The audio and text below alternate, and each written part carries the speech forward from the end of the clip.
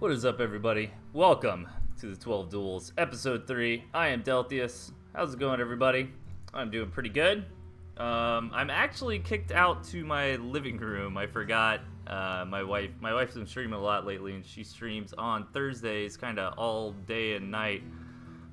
So I'm on my laptop. I'm doing it old school, the way I used to do it when I first got started with doing the feast shows regularly. So I don't have a second monitor, however, so if anything starts going wrong, please let me know, but I think everything should be pretty good.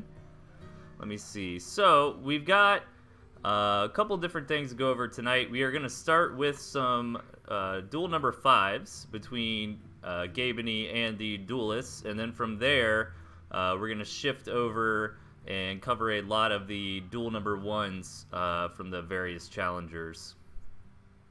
So, I think without any further ado,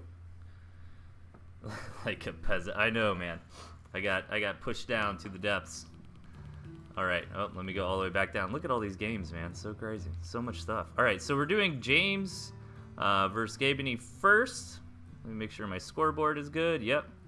Okay, so James is the only one so far to make it past duel number 4 with all 3 lives left. So let's see if he can keep that momentum going and continue on with full HP.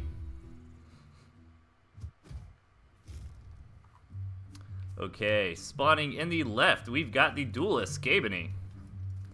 And his opponent to the right, James. Now, James has been looking good so far in this tournament, as I was previously mentioning. He's pretty awesome with his early game. He's not kind of doing that 8-farm opening that most players are used to in the current meta. You know, he's rotating in the lizard rushes, which I think is really smart to keep your opponent on their toes at the very least. Yeah, you can see him starting out with a 5-farm lizard here. Let's see if he makes it a double. So far, Gabeney's not sure, and I don't think Gabeney actually hasn't even scouted James yet, which this is really bad. Because Gabeney's doing the correct thing. Like 9 times out of 10, you can kind of safely, you know, in this situation as Gabeney where you haven't found your opponent yet, you can kind of assume they're just going to open 8 farms. But now he's going to come back and see it's a 5-farm double. And this is kind of all alarms blazing. Gabeney does have turrets, though, which are going to be very, very useful here. Decides to drop one down immediately. I think it's going to get here in time, and this turret is actually going to cover most of Gabeney's base. The lizards do try to come in. Very clutch turret here from Gabeney. I love to see it because turret's one of my personal favorite units. I really enjoy it. I think it's kind of hard to use, a little harder to use in the current meta. But we're seeing Gabeney utilize that turret very, very nicely here. I think if he didn't have the MG, you know, he definitely would have taken some damage. And this kind of opening from James really needs to get some damage done. And, like, I don't think, Gabeney didn't even sell a farm, I don't think, in response to seeing this. So his economy is pretty far ahead of James, so this early game victory does go to Gabeney here from handling that 5-farm double rush very, very nicely. James is going to try to leverage that into a tier 2 expand to try to get a little bit of momentum back into this game. However, this is really risky. You know, you're kind of going for 2 greedy things at the same time.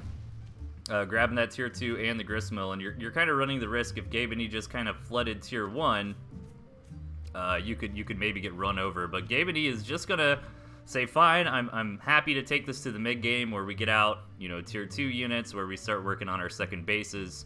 And, you know, I think this makes sense from Gabeney. If he did attack in, he risks not getting damage done from building so many tier 1 early, you know, and if he doesn't get enough damage done, then James is ahead, you know, maybe with the farm, with the tier 2 on the way. So good decision here from Gabeney to not risk the lead that he's kind of already got from that early game, and just kind of transition this into normal play. Now, the thing that is really important in my opinion in this phase of the game is to keep an eye on the number of farms that your opponent is taking on the second base. And right now, Gabeney doesn't know. He throws down a tier 3 Warren. It gets scouted almost immediately by James. It's a really good pickup. And in response to that, Gabeney's just going to sell that off. I think that's a correct move to make because he didn't really invest too much time in it. It's kind of easy to pivot out of that tier 3 and not really lose so much tempo. And James is going to come back in. He's going to confirm that it has indeed been sold. Meanwhile, Gabeney gets a nice scout off on James. He sees that 3 farms have been taken. He sees 2 tier 2 Warrens on the board. Very similar decks here from both players. They kind of have a very, similar core of units with a little bit of variation between the two. So we're going to have pretty even army compositions coming into this. And Gabeney throws down the boar again. This time James has not seen it yet. Gabeney doing a good job keeping track of what his opponent's up to, making sure there's no tier 3, keeping an eye on how many tier 2 are on the board, keeping an eye on that farm count on the second base. Sorry if you guys hear my cat going crazy in the background. Okay. So yeah, so far so good. I mean, there's a couple mines placed down. I'm not sure if Gabeney saw them. Probably not. This game might warrant a little bit of fast forwarding here, as we're still kind of at in an arms race moving into 5 minutes. Now, Gabeney, upon seeing the mines hit the board, decides to kind of move forward, but edges back at the last minute. I think this is smart. He does have that boar on the way. He should really wait until that's on the field before a direct engagement comes in. However, James is going to press the issue right here, right now. Moving forward, loses a chameleon, but the rest of them stay alive, and knocks out the 2 chameleons of Gabeney. I think he even killed a falcon there. It's a nice little victory there for James. Bit of a mistake. Like, Gabeney kind of bluffed forward, and James called him out on it. Like he was hoping that James kind of respected his army, but James looked at it and was like, I could take this, and press the issue, and there's a nice little engagement. So James is going to come in, and he's going to see this boar. Good information here. And I think James is in a really good spot. He's building up a large falcon count, which does fantastic against units like the boar. He's got a lot of farms on his second base. I think he's ahead in army. He's ahead in economy as well. So Gabeney really needs to get something done with this push here. Triggers these mines on the boars. Boar, very nice. All right, that's a lot of lizards, though. The falcons come in and try to target fire down the boar, but it's really hard to get the target on it. Gabeney realizes the boar is going to go down, moves it forward to try to get that boar bomb on, but James smashes through. He's got the right composition with those falcons to deal with that boar, and James moves on with all 3 lives remaining.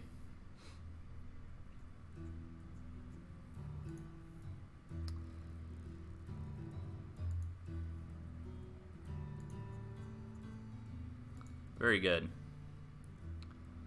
Okay, so let's take a look at Dino's match against Gabeney, or matches, I should say. So Dino's got 2 lives left. Let me update the scoreboard. Yeah, it looks pretty good. All right. Everything looks good so far. I think we're doing pretty good. I should say good a few more times. Okay, guys. Anyways, let's hop into duel number 5 with Dino and Gabeney. Spawning in the bottom, we've got Red Dino. And his opponent to the left, the duelist, Gabeney.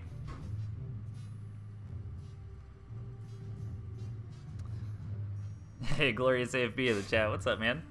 All right, Dino rocking that wolf. I love to see it. Meanwhile, Gabeney's using a pretty unique deck compared to what he had last time. This time he's opting for that squirrel, pigeon, mole skunk, the monk, the new Tooth and Tail unit. Using that kind of core base as a nice front line. He's got falcons if he wants to just kind of scale into the late game, and of course he's got the badger, which synergizes with this kind of pigeon style of tier 1 play regardless. I think that's something you got to consider when you're running a unit like a pigeon, right? Like, ideally you want that pigeon to synergize with one of your tier 2 units, like maybe a skunk or a chameleon, and then additionally synergize with a tier 3 unit like a boar or badger. Monk. Yeah, that's the mole skunk build. I dig it. Somebody needs to try the monk on the ladder and shoot me a replay. You got to win only using moles and skunks. Let's go. All right. Tier 1, Warren's going down for both players. 8 farm double. Pretty standard stuff thus far. Pretty awkward map. Both players do have access to a second base. Taking a third base is going to be hard here for either player, in my opinion. Probably a little easier for Dino. But I imagine this area of the map is going to be pretty contested moving forward. So I kind of think we might have a shorter game here. Tier 2 Warren's going down for both players. Dino trying to be a little sneaky about where he placed his. Let's see if Gabeny's going to be able to see that. He does poke up here to check for that gristmill and gets a scout on that tier 2. So Gabeny's pretty happy seeing that. He's got his own tier 2 on the way. Pretty standard stuff to be expecting.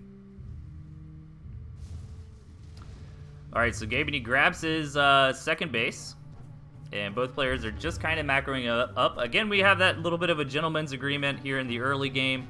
Gabeny actually sells the gristmill. I wonder if he's just trying to do that for the scouting of Dino. No, he's going to go ahead and grab the more difficult gristmill. Well, this one is on the double high ground. I actually like this a lot for Gabeny because it's really not going to be that difficult for him to hold compared to this one over here, you know?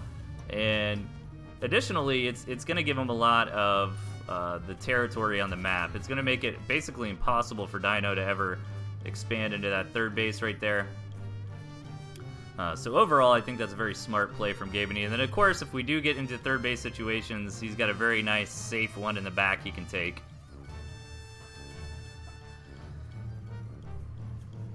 Gabeny is building up some moles, but again, that doesn't necessarily, in this kind of comp, signal aggression. You know, it's just part of his core composition here, which is going to do nice against the lizards of his opponent. Dino moves forward for the engagement.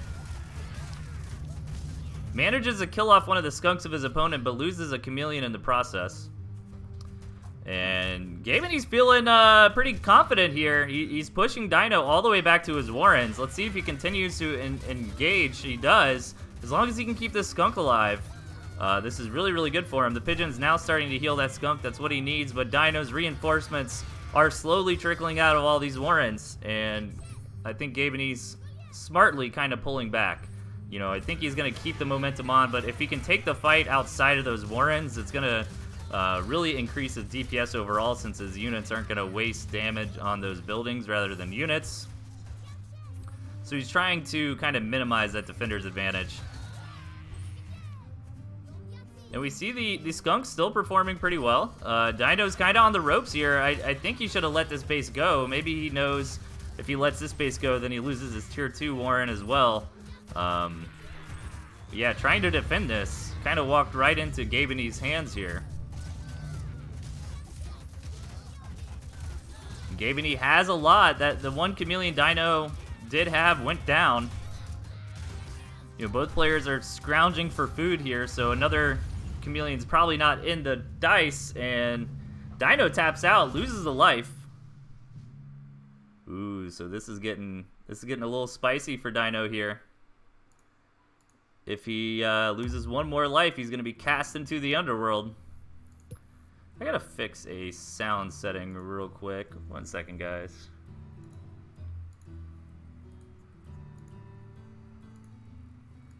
Bam. Okay, perfect. And that shouldn't have affected anything for the stream. Nope. Okay. I think overall, my game volume is a little loud regardless here. So let's turn that down. Okay, cool. Okay. So Dino, on his last life, keep in mind if he does get knocked out here, he does go down to the underworld where he can crawl his way back into existence. And let's see what happens. Let's move into game number 2. All right, spawning on the left, up a map, we've got the duelist Gabeny. And his opponent to the top right, on his last life, we've got Dino. Dino pulling the tricks out of his sleeve here, changing up to Ferret and Fox. Pretty smart. I think Gabeny might not be expecting this, you know. Ferrets can certainly catch somebody off guard if they don't have the right comp for it, or if you're in a significant amount of a lead, then you can kind of use the ferrets to just harass your opponents to death without them able to take a direct engagement on you. So But Dino doesn't necessarily have to go that route. He's still got Chameleons, which are a great mid-game bruiser unit. You know, if he wants to open up with a tier 2 that packs a little more punch in a direct fight. But overall, this is pretty short rush distance here. And I like this map, as weird as it sounds for Gabeney, mainly because I feel like this is going to be a very aggressive skirmishy game because of the rush distances here. And Gabeney having this campfire is very nice. Give him a little bit of an extra boost if it turns into like a one base, you know, slap fest, kind of like what we saw last match. And yeah, the majority of the gristmills are on Dino's side of the map. However, Gabeney does have this nice little base back here he can take. And of course, he's got a nice little pocket base there. So that should be plenty. Of course, if this game somehow gets to the ultra late 10-15 minute plus match, then Dino will certainly have a map advantage there. But I think for what we're probably going to see, something in between, you know, 0 to 10 minutes, this looks pretty good for Gabeney. So yeah, we're going to see Dino open right away with the Ferrets. And meanwhile, Gabeney is opening Skunk. And mine seem pretty cool with Ferrets. Like, you can, a little bit of a skirmish here. It looks like it's about going to be an even trade. Yeah, pretty tit for tat there. And, what was I saying? Oh yeah, with the Ferret opening plus the mines, you can kind of, you know, harass in and bait your opponent to chase you right into a proper mine hit or something.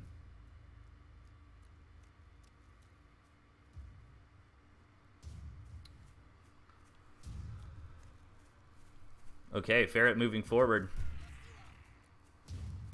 Gonna start pushing some harassment damage on Gabeney. Gabeney wants to come out here and do the dance with his units, try to avoid any of those units getting shot and prevent the Ferret from targeting any buildings or something like that. One squirrel did drop, but not crazy damage. And Ferret's, Dino's gonna continue to move forward, picks up 2 squirrels there. So this damage is starting to become relevant, and now that Gabeney didn't commit to that fight, he ran away with a lot of his units, you know, losing a bunch in the retreat. And this is looking pretty bad for him. Dino's pushing in. He's got these Ferrets on the back to deal some consistent damage. Gabeney knows what the writing on the wall is there. Taps out, and Dino advances to duel number 6.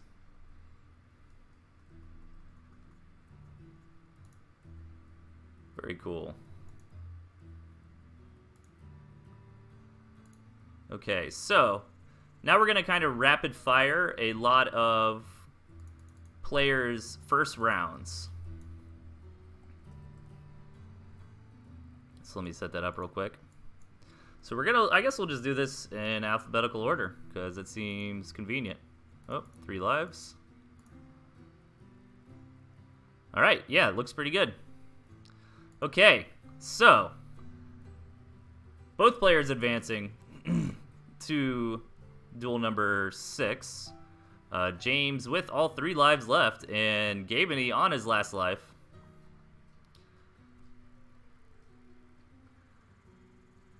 So I think I'm ready. Yes. Okay, everything looks good.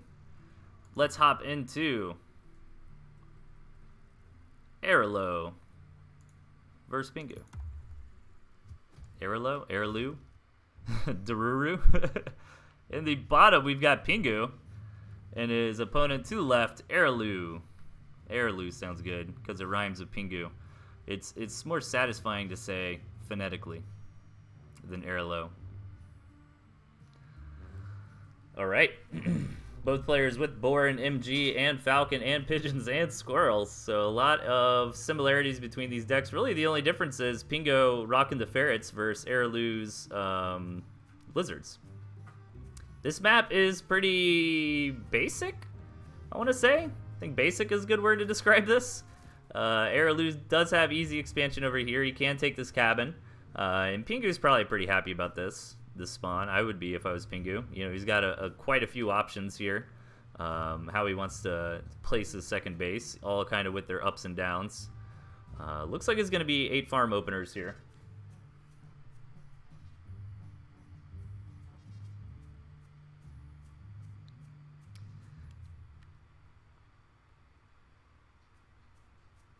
First couple warrants going down. Gotta wait a little bit longer to see how these players want to play it out. Again, I do apologize, guys, for I'm probably not going to interact too much with the chat tonight. I'm kind of in my vagabond setup here on my on my laptop, so I don't have a second monitor or anything. I do have Twitch chat open on my phone, just so somebody yells at me, that you can get my attention. But so far, nothing crazy in this game. Kind of waiting to see, you know, if someone's going to flood Tier 1, if they're going to go into Tier 2, who's going to take a second base. A little bit of a mistake there from Pingu. I like what he tried to do. He tried to fake out Araloo into not scouting this Tier 2, but he does place it down while it was still in the vision of Araloo. So Araloo does know that Tier 2 is on the way, decides to answer it with their own Tier 2. And this looks pretty decent for Pingu. Like, the ferrets are going to be nice. Falcons are definitely higher, you know, DPS, but at this phase of the game, you know, a couple Falcons aren't super scary, in my opinion, as like a first Tier 2 coming out the gate. I feel like Falcons really shine when they have a big, you know, healthy line of Tier 1 up front to kind of tank for them and keep the opponent from diving in on it. But Pingu is just going to go all in with this, and he's in a good spot. He's actually up several, well, no, it's about even on Tier 1, I guess. And here we go, the Lizard's coming in. We got to see some target fire on that Falcon, or I think it will shred through this. Pingu can't manage to kill the Falcon, and his ferret goes down, so this is looking really good for Araloo so far. Nice engagement there. They basically traded out Tier 1 pound for pound, and Araloo kept their Falcon alive. Meanwhile, Pingu lost his ferret, so a little bit of an edge, I feel like, for Araloo there.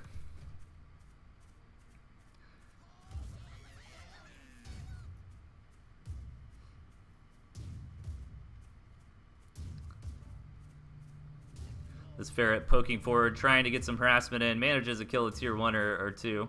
Both players do have that second base, kind of being conservative with it at the moment, just building one farm and kind of making sure their Tier 1 count is healthy. And you know, the Lizards here are really starting to take some compounded damage every time Araloo tries to rush forward. The Squirrels manage to get a couple shots on, kind of like that right there. But Araloo's going to commit into this attack, almost gets a ferret immediately.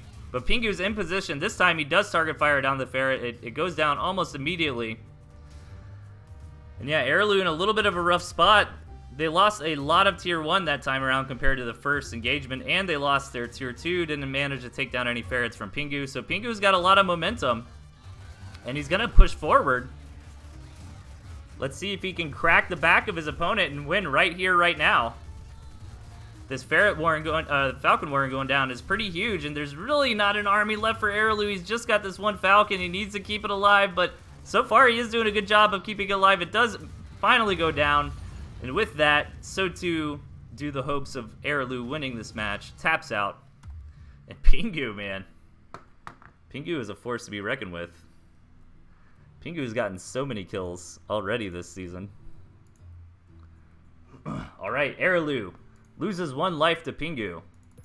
Let's see if they can get past him this time around, or if they will be losing another. In the right, we've got Pingu, and his opponent to the left, Araloo. Okay, so one life down, but Araloo's still got two chances to get past Pingu. And keep in mind, Pingu has been performing very well, in my opinion. Taking some games off a lot of great players.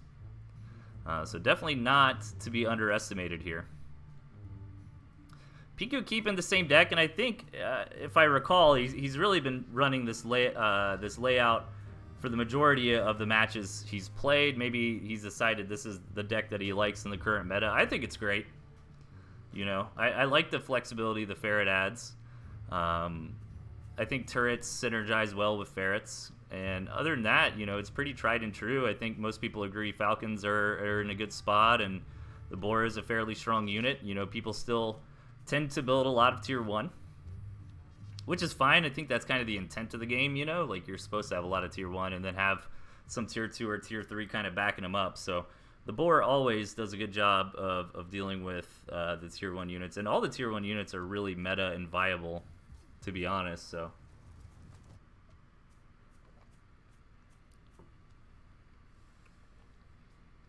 Nothing crazy yet. No 5 farm snake openings or anything like that. We'll have to see how this game progresses. Nice little pocket base here for Pingu if he wants to take this game later. It's going to be a little rough for Araloo to expand on this one. However, he does have a nice little spot to try to sneak a boar. Could certainly try to set up shop down here in the 6 o'clock position. Some good access to economic buildings down there. Pingu doesn't have anything that is swifted like lizards. So both players kind of opening up with a pretty standard build. It's nice to do. I think if you're a new player on the ladder and you're trying to figure out a standard build order to go into, like 8 farm into 2 tier 1, into tier 2, into 2 more tier 1, is always a good spot to start. And that's kind of what we see the players doing here. So nothing crazy yet. You know, this is a really good opening, and it's kind of hard to say what exactly they plan on doing outside of this opening, because this opening can go a lot of different ways from here. You could, you know, take a second base and try to macro up. You could try to get a whole bunch more tier 2. You could flood a bunch of tier 1 and try to swing in for an attack. And we see Pingu moving forward. He wants to begin harassing with this ferret. Very good to do. Ferret's one of those units you need to be pretty active with. However, the snake is here for Araloo.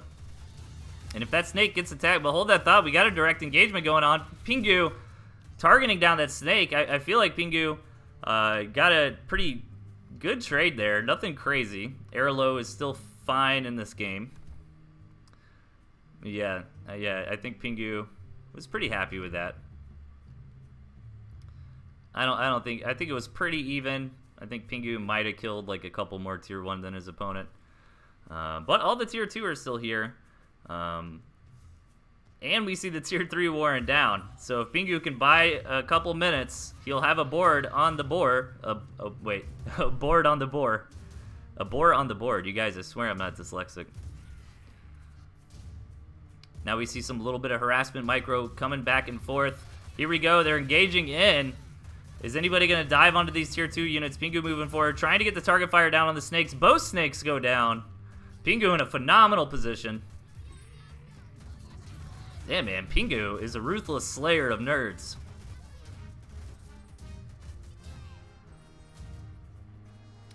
If Pingu knocks out all the duelists, can he, like, or all the challengers, can he, like, challenge the rest of the bosses? The rise of Pingu. That would be pretty hilarious.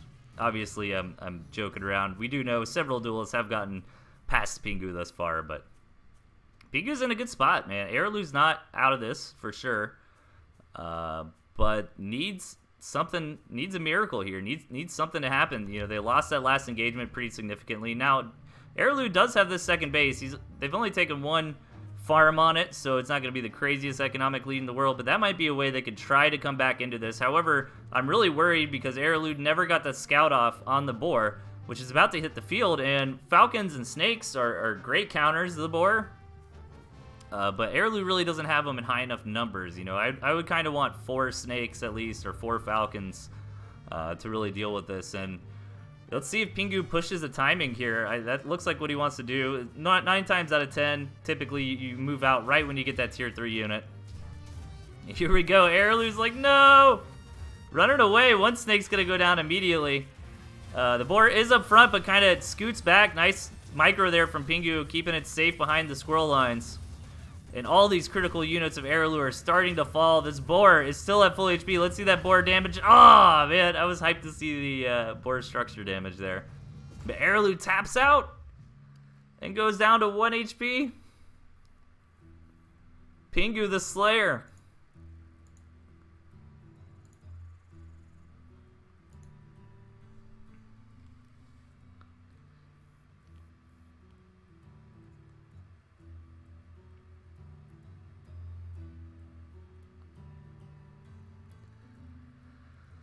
Okay, match number 3. Let's see if Araloo could get past Pingu. There's no shame in dying to Pingu, man. You know, Pingu's kind of like Nappa in this tournament. You know what I mean? Like Yamcha and Tien and stuff, like going down to Nappa. There's no shame in that. It's proper Saiyan. Might not be as strong as Vegeta, but still tough. Anyways, guys, in the bottom, we've got Pingu. And over to the right, we've got Araloo. Araloo rocking the Badger this time. Meanwhile, yeah, I'm pretty sure Pingu's deck's been the same in, like, every match. And I don't mind that, especially in this kind of situation. Now, it could bite him in the butt if players are really keeping track of that kind of thing, watching all the episodes of the 12 Duels. You know, keeping that in mind, how players are going to, you know, what their style is going to be, what kind of compositions they're using. But overall, I think it's pretty safe. And I think most of the players, I'm not 100%, but especially in this situation, I think a lot of people have already played Pingu. It's not the biggest deal in the world. 8 farm openings. Araloo opening up with lizards. I don't mind the in safer matches. I've been kind of experimenting opening up how Araloo did right here, and then kind of going into a tier 2, taking a second base, and just using the 6 lizards to kind of run around and harass. Because as we've seen in the last few matches, there can sometimes be the situation, you know, where both players are kind of getting a tier 2, taking a base, and there's not a lot going on in the early games. That's definitely not all the time. You know, a lot of the games we also see aggression, but in this kind of situation, or in that kind of situation, rather, it's nice to have a handful of lizards to just kind of run around and try to foil your opponent's plans. Lots of tier 1 coming out from Pingu this time. No tier 2 Warren. He wants to grab this campfire, and that's going to give him a nice boon. You know, I think the campfire really accentuates one base play kind of moves. So this could be really cool from Pingu if he just like keeps building tier 1, maybe throws in a couple pigeons, you know, grabs that campfire. Needs to be careful. He is walking into lizard versus squirrel. So I think the lizard should be able to clean this up. They did kind of get an awkward engagement though, having to go through that choke right there. And so nice little victory for Pingu. Yeah, ouch. Ouch-a-roni indeed.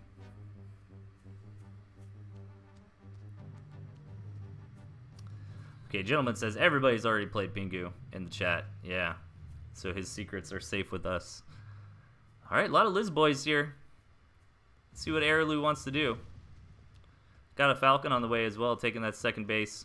Pingu never grabbed this campfire. I'd love to see him just grab that campfire, man. It's such a small investment for like, I think you get a 12% better economy than your opponent, something like that.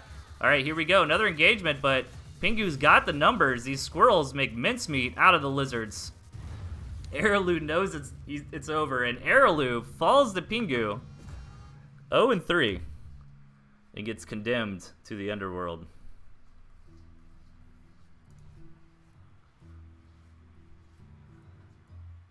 Boom. All right. Up next, we're going to have Dizon.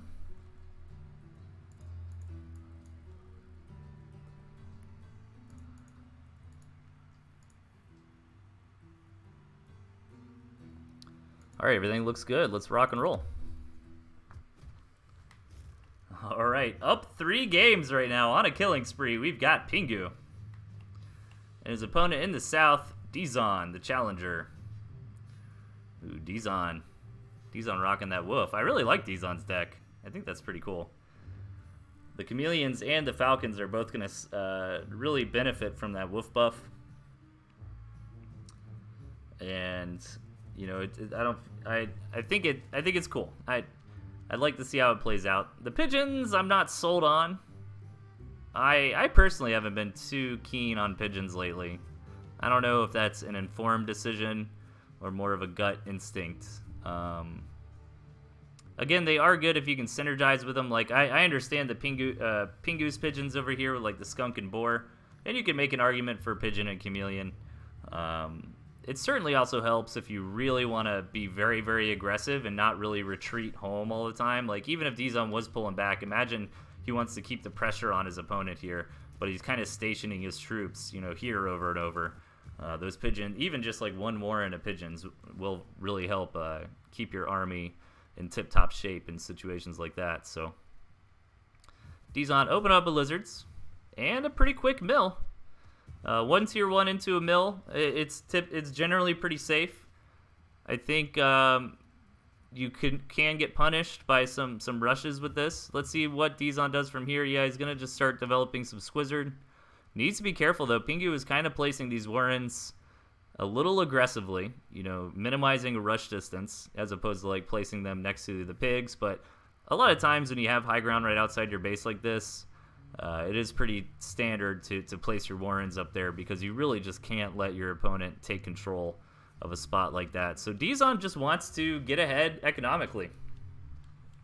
He's kind of taunting Pingu, like, come at me, bro. And I'm a little worried because on paper, I feel like what Pingu is putting together, yeah, like spamming tier 1 like this, he's got the capability to punish an economic opening. Yeah, Dizon very smartly sells that farm off and throws out some more tier 1 of his own. And I think that was the right call. He is still going to be 60 food behind from building that mill. Pingu needs to be careful to not lose his commander. Getting so low, his commander does go down. That is absolutely huge. His units are no longer being microed. That engagement was starting to go pretty nicely for Pingu.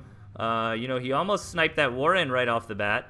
And, you know, as Dizon's reinforcements started pushing out, he could have just kind of stepped back, you know, taken relatively even trades on units, grabbed a warren, kind of rinsed and repeated and kept the pressure on. But losing the commander there, really, really rough. And a nice victory for Dizon. Now Dizon's in a pretty great spot. He's got the economic advantage. He needs to be careful not to overcommit to the second base, however.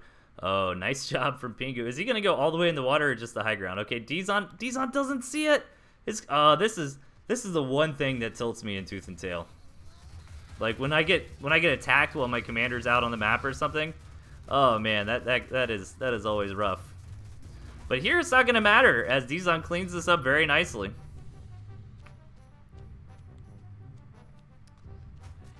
And Dizon's kind of 1-2 engagements back to back. He's been able to sneak in some farms as well. Pingu kind of trying to get into that skunk, hoping, you know, he can buy a little bit of time. One skunk's already on the board. One chameleon for Dizon as well. The skunk is going to do nicely, but the chameleon is a great unit in small attacks like this, and he's even going to focus that skunk down with the chameleon. It's going to work. The skunk falls, and now Dizon is in a fantastic position. He's got the army lead, he's got the economy lead, and he's got the technology lead. Pingu's not down and out yet, but this is definitely an uphill battle for him from here.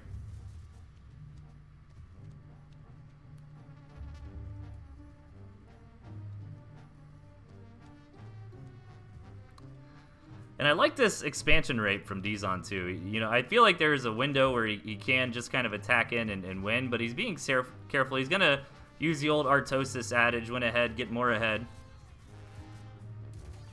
Moving in, these lizards coming in from the flank. Bop a farm on the way in. And Dizon is absolutely slamming through the army of Pingu. That final skunk is going to fall. A lot of squirrels still here. Pingu gonna tap out. Dizon advances through to duel number 2 with all lives remaining.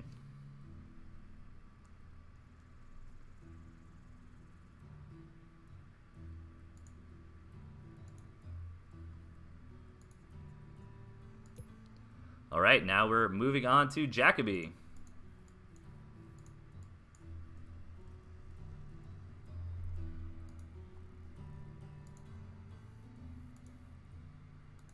Looks like everything is going well.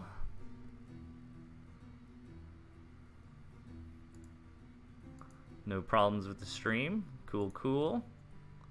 All right, let's keep this train rolling and get into the next duelist.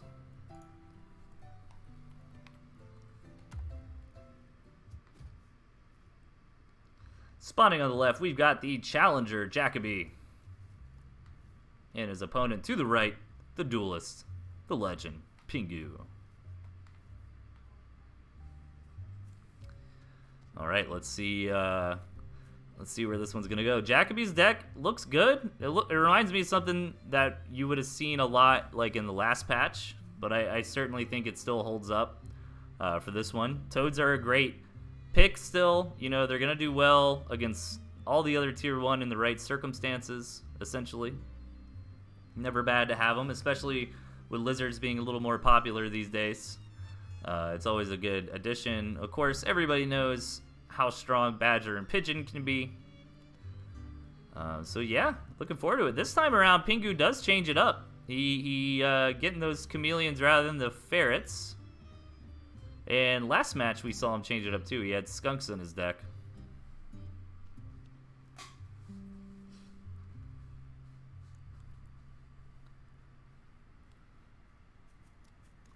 So yeah, I think both these decks are really good. No problems there.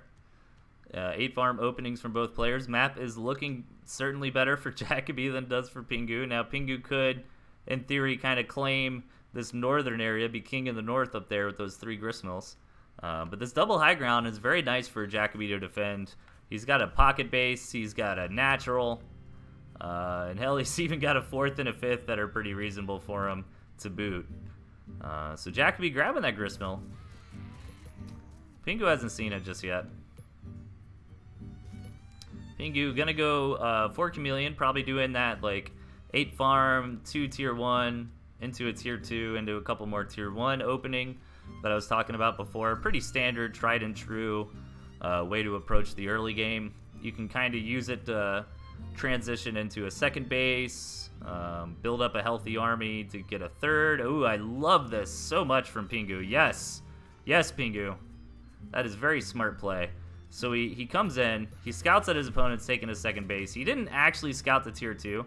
I think it would, oh man, especially since Jacoby got 2 tier 2. Like, I think this is the right response to seeing your opponent try to get into a tier 2 and an expansion at the same time. But Pingu doesn't necessarily know that Jacoby's getting a bunch of tier 2. However, that is the case, so it's going to work out nicely for him if he can hit this timing and do some damage. If Jacoby holds off, however, he's going to have a very strong army composition with falcons and with skunks. But yeah, this is that window. He hit it very perfectly. He needs to target fire down these expensive tier 2 units. The skunk goes down. The falcon goes down. This push, Pingu is on fire. 2 Warrens, 2 tier 2 units, and a 3rd Warren going down as well. And he's just going to keep the pressure on. If he gets the skunk again, that's another tier 2. Pingu smells blood in the water, moving forward. Nice job shifting over to targeting that falcon rather than the Warren. Oh man, that's beautiful. I wouldn't even mind to see him pull back from here. Okay, yeah, he loses his commander. I think he should have pulled back, but even still, it's not going to matter as the skunk is going to go down. So many losses for Jacoby. He's going to have to tap out, and indeed he does. Pingu, with a sharp timing attack, really punishes a greedy opening from his opponent. Man, that was really good. Like, I can't give him too much credit for it because he didn't see the tier 2s, but like, I think that was the perfect response.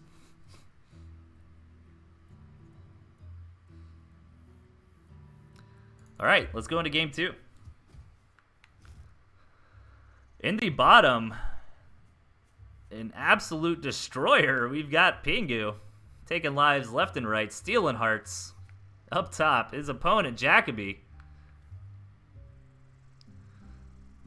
All right, Pingu, same decks from both players here. Man, that is rough for Jacoby. I feel like, as well, one thing to keep in mind is, because that opening from Jacoby wasn't bad, it's just Pingu really capitalized on a timing, you know, and that window was very short. You know, if Pingu didn't attack right when he did, then Jacoby's army with the skunk and falcons backing it up and more tier 1 can be easily, you know, placed down at that point. Jacoby would have had a powerhouse of a mid-game. But one thing I want y'all to keep in mind is Jacoby kind of had the map advantage there. So kind of consider map advantage when you consider what kind of builds you're going to do. You know, in general, if the map is, you know, favored for you, I would recommend playing a little less risky. You know, don't take big risks like that in the early game. because if the map's good for you, then you're fine with the game going longer. You know what I mean? That's really going to put a lot of pressure on your opponent to come up with some kind of takedown on you before it gets to the point where you have more access to gristmills. And conversely, if the map is much better for your opponent, then you kind of be in the situation where doing something risky like a double tier 2 opening is more warranted. So just some food for thought there as this game advances.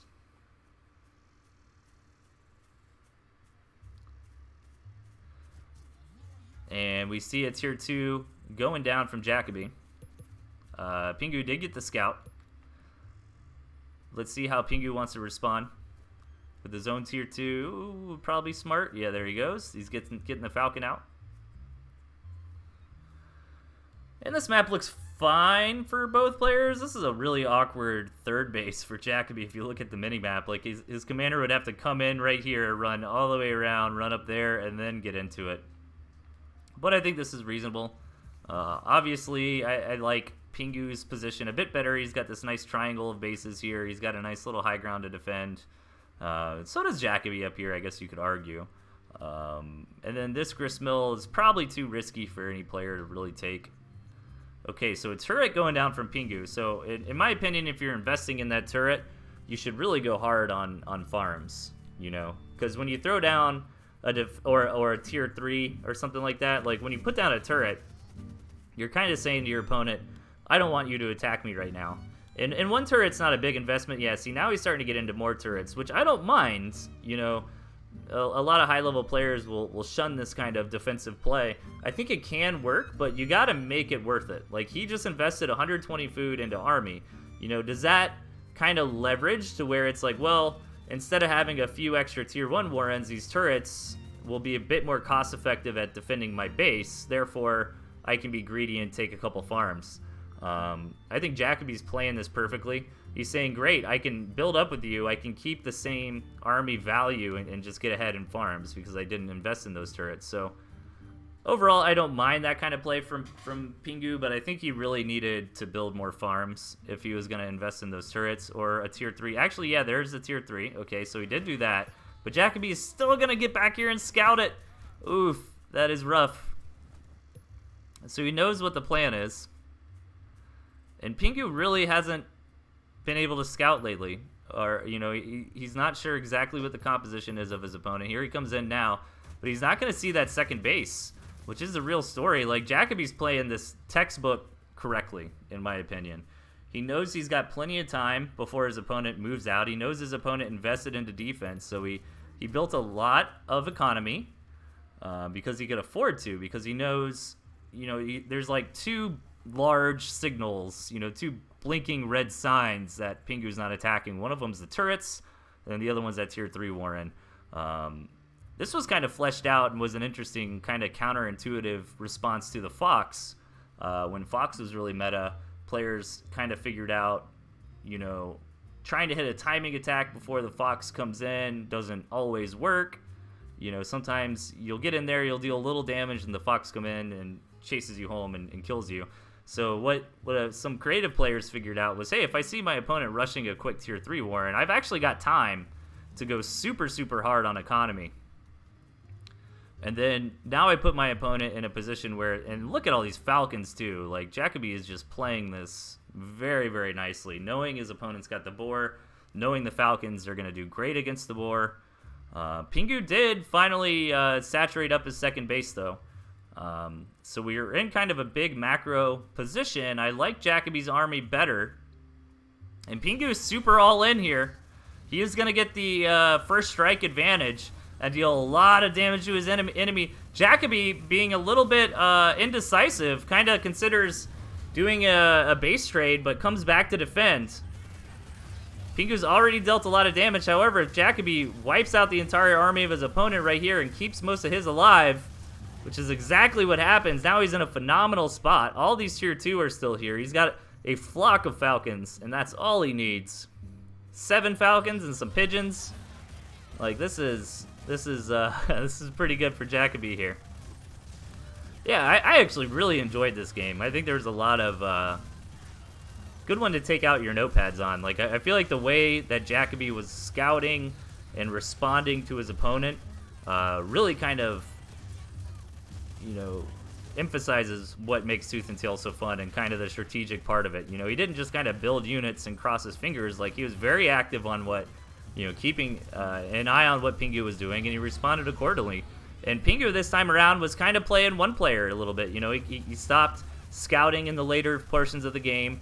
He wasn't quite sure what his opponent was up to. And he got punished for it, and Jacoby moves on.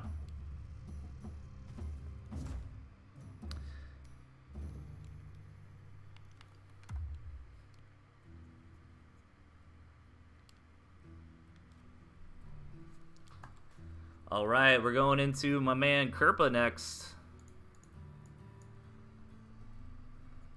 Kerparoni. Let's see how that looks. Okay. So Jacoby managed to advance.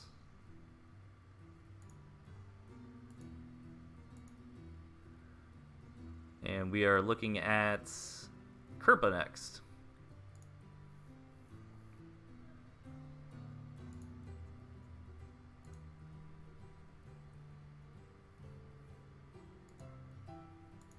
All right.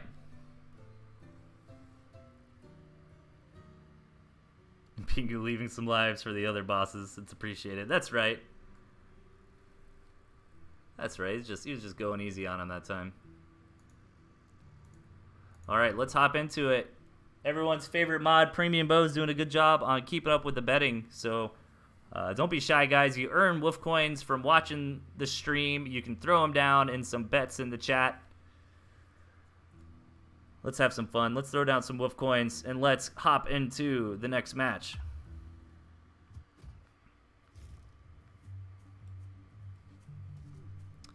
In the center of the map, we've got Pingu.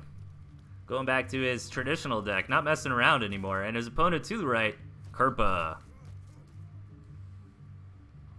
Yeah, Kerpa's deck looks really good. We haven't been seeing players use moles as much lately, which kind of surprises me. Like, I've been using moles on the ladder, and I still feel like they add a good front line to your tier 1 composition, but they do well against lizards still, that sort of thing. But yeah, we really haven't seen a lot of moles this tournament. I think we did see we saw a match earlier. I think Gabeney was using them, if I recall correctly. But what's interesting, if the moles drop out of the meta a little bit, turrets kind of have room to wiggle back in. Because one of the issues with turrets, you know, especially when the moles were very, very metagame last patch, was the moles crit the structures and just knock out those turrets so quickly. They also have a lot of HP, so they can kind of tank those turret shots pretty fast. So with less players running moles, these MGs make a little more sense. Pingu stretching out on the map already. Gonna place. Look at this distance. Like, look at this rush distance here for Pingu. That's nuts. I wonder if he's gonna be really, really aggressive. Yeah, gonna come in, try to get some free poking in while he's got a squirrel and his opponent doesn't. Very abusive thus far. He's gonna retreat right when a squirrel pops out for Kerpa. It's a couple shots on, you know. If he follows this up, it could matter, but that Warren is going to regenerate HP slowly. Yeah, and we're stuck in a little bit of tier 1 chicken here, which doesn't surprise me because how short the rush distances are.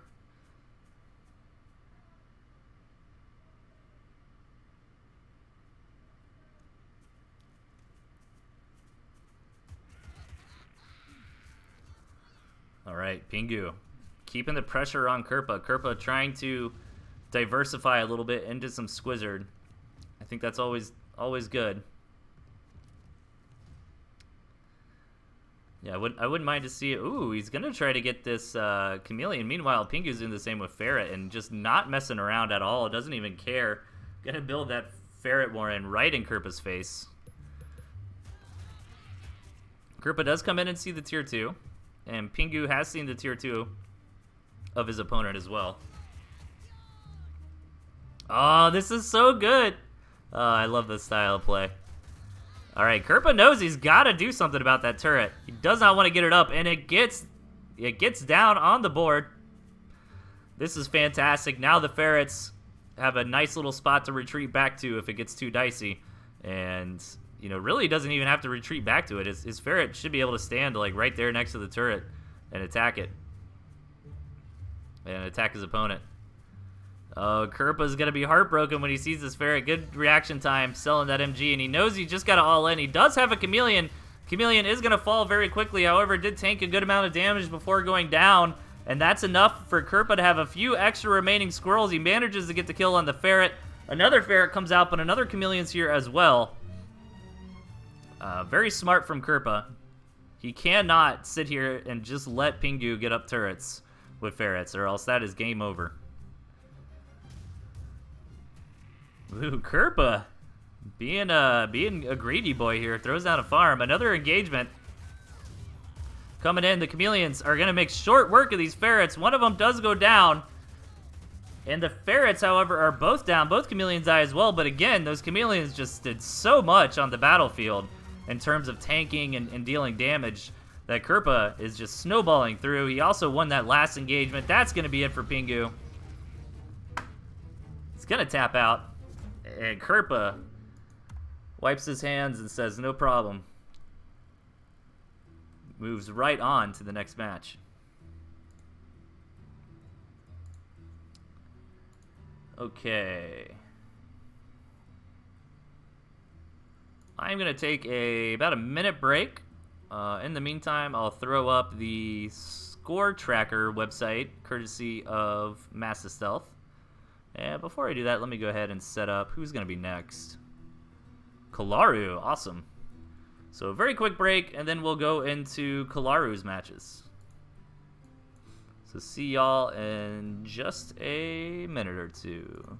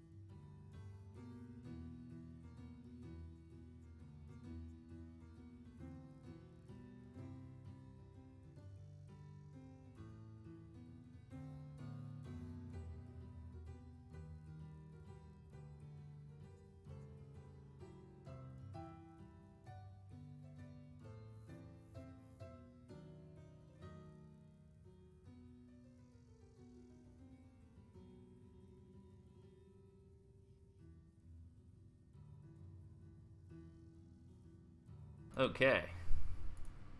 I am back.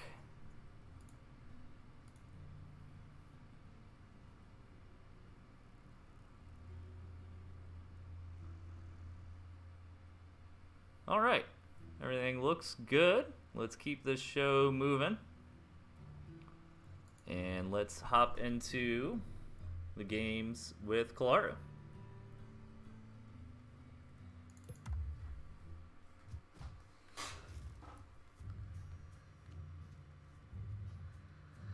Spawning in the bottom left, we've got Kalaru. Rocking the double tier 3. I love it. And his opponent to the right, Pingu. Bringing skunks to the table this time. All right, Kalaru. Let's see it. Let's make it happen. Don't just be teasing me. You knew this game would be streamed. You knew I would probably stream it. You're showing me 2 tier 3. I want to see 2 tier 3 this game.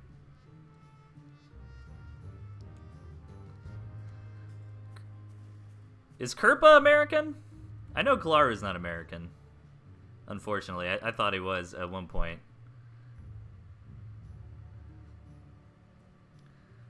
I'm trying to take a mental note of what regions everybody's in. I don't want to call for a region war just yet, but maybe a region war might be in the near future. We'll see. We'll see. What's going on? I think right now, the only thing, at least that I'm aware of, is the 12 duels. Of course, Pocketbot Cups are always going on. Check out the Discord for more information on that.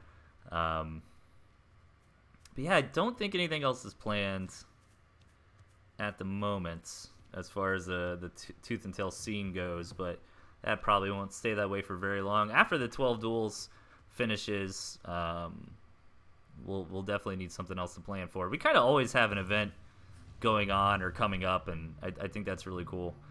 And if you've never done one but you want to try doing some organization, definitely you don't ask to just do it. That's my biggest advice. Like, how did I get into casting Tooth and Tail? I just did it, man. And you can do it too. Even if you don't want to cast or stream, doing TO is always needed in the scene, and you can always reach out to guys like me or Tosh or Mishi or a variety of other streamers and casters to host your event. So yeah, don't be shy. 8 farm doubles into tier 2 from both players. Pingu grabbing that second base a little earlier than Kalaru, but Kalaru gets his own second base, so not going to do anything like a crazy one base all in. Kerpa was in the Revolutionary Air Force. That's right. Oh, man. The Rockets' red glare, you know, in the national anthem. What do you think that's about? That's from the missiles from the jets, you know. All right. Enough of that. Double tier 2 for Kalaru. Getting a little spicy here. Let's see if Pingu can catch him. I don't think Pingu could really punish that with his current composition, since he's already done things like invest into tier 2 and invest into a second base. But you would be happy to know that Kalaru went for double tier 2, because that is a pretty quick second tier 2. So Pingu would feel safe matching with his own tier 2, or maybe deciding to go a little more tier 1 plus economy instead.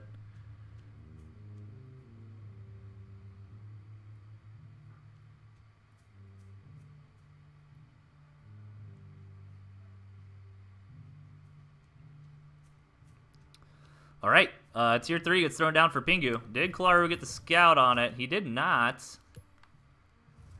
All right, Kalaru. I see a tier 3, but it's not on your side of the map. Attaboy. One more, Kalaru. Come on. You gotta give me the double B here, the Badger Boar. Kalaru still hasn't seen the tier 3 of his opponent, but he's throwing down his own anyways.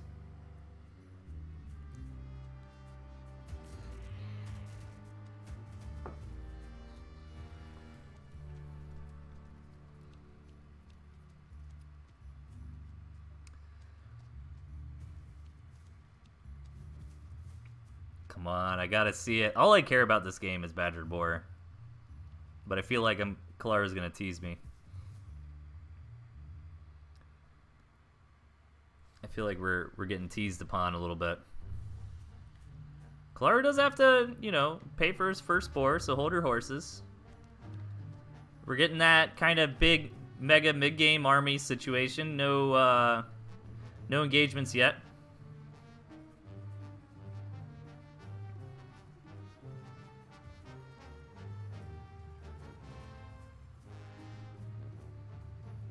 The Uncle Buffer. Uncle Buffer would be like a boar and a wolf. What would you call like the badger and boar? That'd be like prison bacon, or something better than that. All right, the boar hit the board first for Pingu, and he's gonna take advantage of that with a timing attack. Kalaru's tier 3 is still not here. I don't think Kalaru ever scouted that tier 3 war. And look how fast that boar just demolishes all those buildings. Oh my.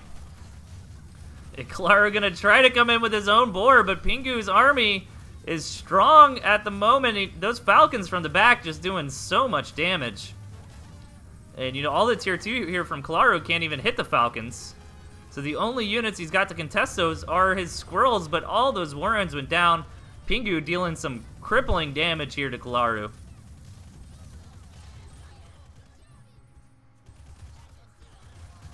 I think Kalaru would have won this game if he went for the double tier 3. But sadly, or good for Pingu at least too. Pingu's gotten so many kills tonight. I hope somebody's keeping track of that. Well, I know Gentleman has it on his spreadsheet. We can like tally that up at the end and see which duelists got the most kills, you know. That'd be cool. All right.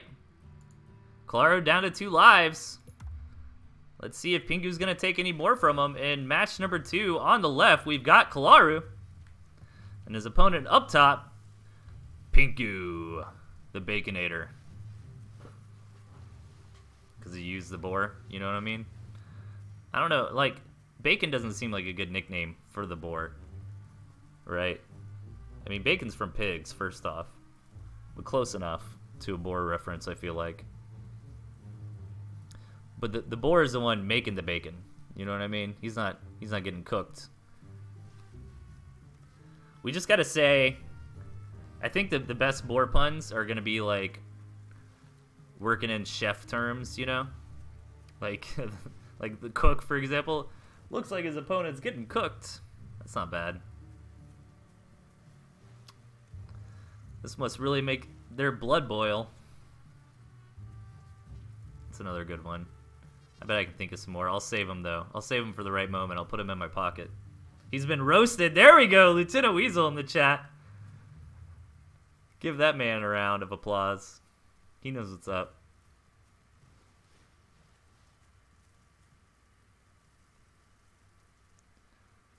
Nothing crazy yet. As I say that, Kalaru deciding to mix things up this match with a 8-farm Chameleon. And I think that's a smart move. I actually really like opening up with tier 2 on big, large, awkward maps like this. And tier 2, like snakes and chameleons and ferrets, are really good at kind of just being active out on the board and poking and prodding. Trying to get some value in. Nice couple of preliminary mines here, Pingu. Oh man, I was getting hyped. I was like, is he going for the boar? I used to have I think it still works now. I don't know. Like, you could go for a tier 3. Like, I used to do a 8-farm, 2 tier 1, into tier 3, into 2 more tier 1 build, and it would work out, like, perfectly. Where you would just pay for your tier 3 unit, you know, like, right when it finished, you had 180 food, like, on the money. So that is a way to do it. However, that's a pretty risky way to approach the game, going for a tier 3 first. Nice scouting for Pingu there. He's going to see the tier 2 Warren. He can probably even extrapolate that is Chameleon, seeing out he did not see any unit around it. Kalaru's going to get his own scout in, and if he was really paying attention, probably did see that it's Falcons from his opponent. Kalaru with the double tier 2, though. Did Pingu see that? Yeah, Pingu did. It's kind of obscured by those trees there, so he must he needs to be really paying attention to actually know that there's a double tier 2.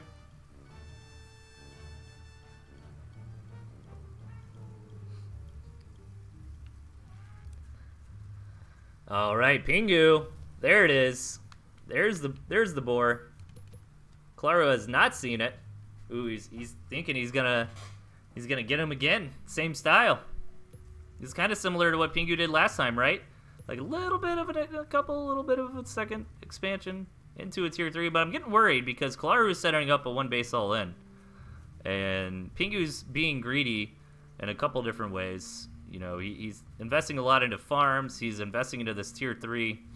So this attack from Kalaru is going to catch Pingu with his pants down a little bit. Ooh, and Kalaru knows about the tier 3. He's got to be happy about that.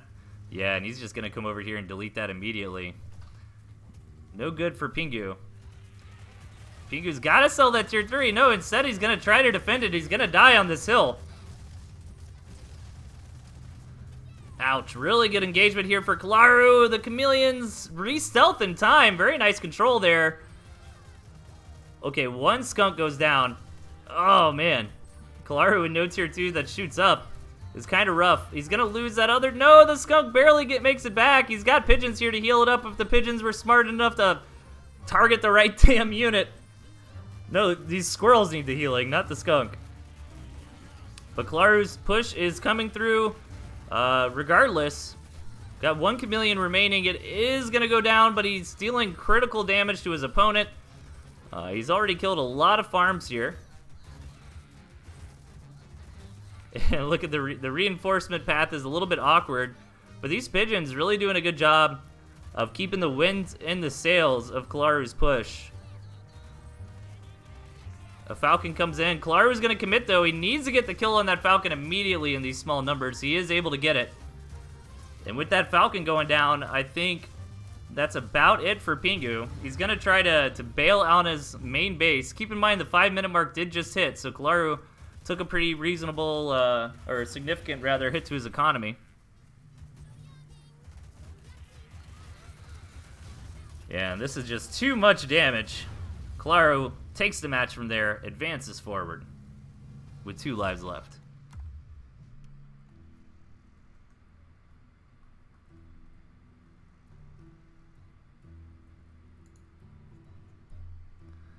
Let me do a little score tracking back here.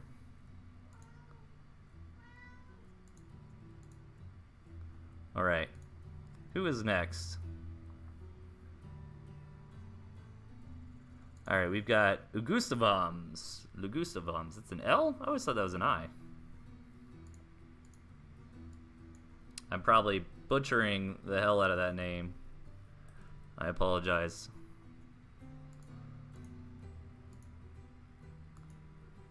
Oh, my scoreboard didn't like that. Hang on. All right, there we go. I still need to... a little better than that. Oh, yeah, there we go. That looks good. All right.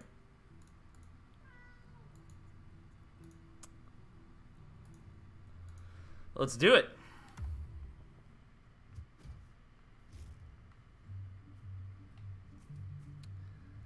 To the right, we've got Lugustava, or Pingu, rather. His opponent to the left, Lugustavams.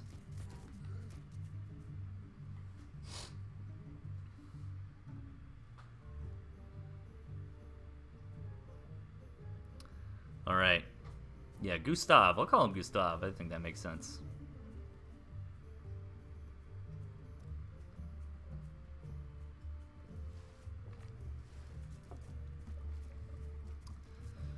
So this map looks a little rough for Pingu. Does have a double high ground, which is nice. He's got a little fortress that'll be tough to invade, but he's going to have to expand down here if he wants to take a second base. Meanwhile, Gustav has a nice little natural here. That third base, it's going to be a little rough with Pingu's territory right here. But I think he's pretty happy with this second base. I mean, this is a very defendable position with the water right here. It's going to be hard to push forward.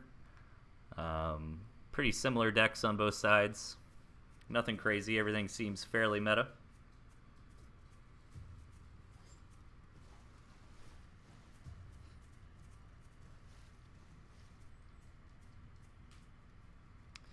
All right, Pingu placing his warrens a little aggressively here, but nothing crazy this far. 8-farm double. Gustav going up to more tier 1, it looks like. Yeah, gonna get that third tier 1. Pingu matching suit, or is he gonna go into a tier 2?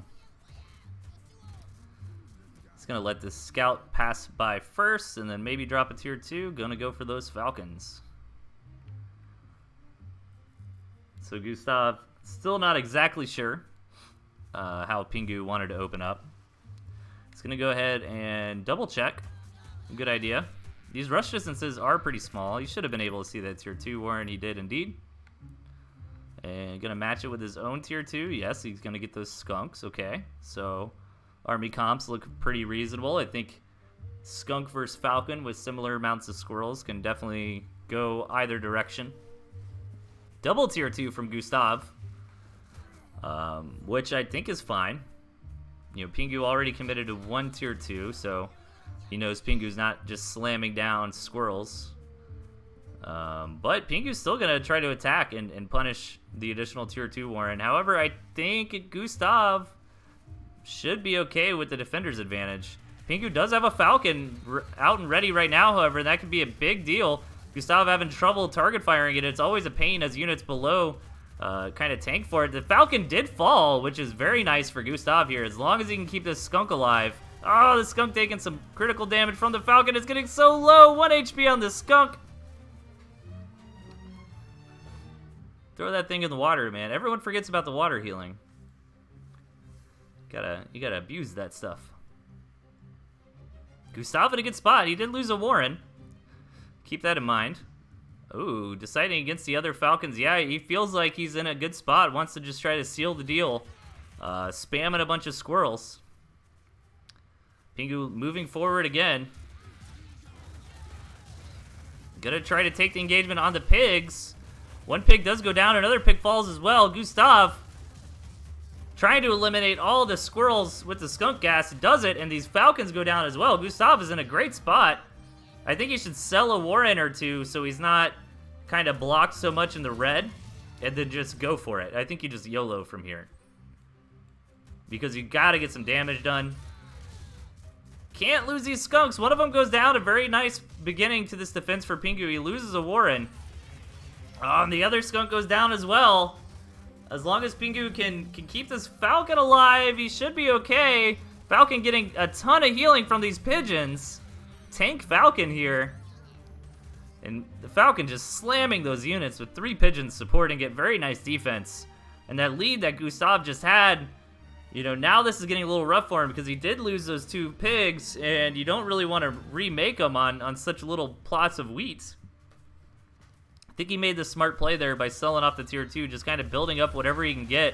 And he's going to swarm his opponent with a lot of squirrels. This definitely is going to work.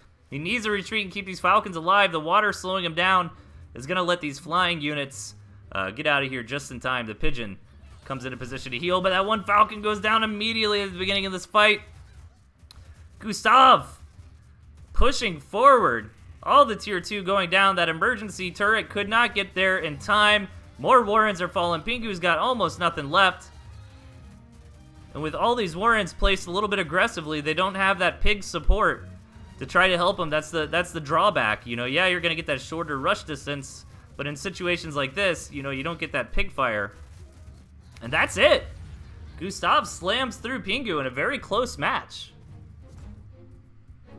Advancing on to duel number 2.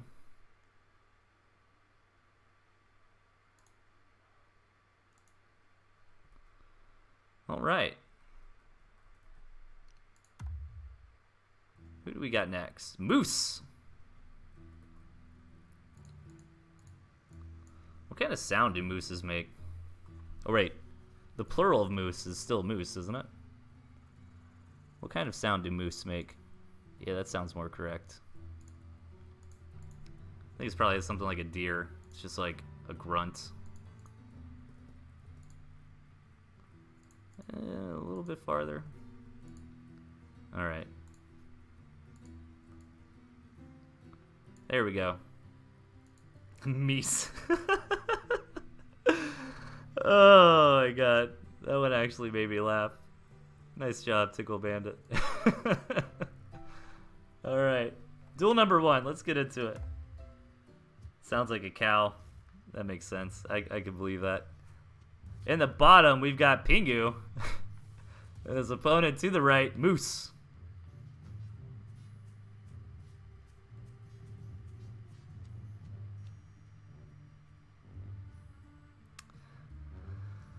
All right. Pretty standard decks. We see some bulls here.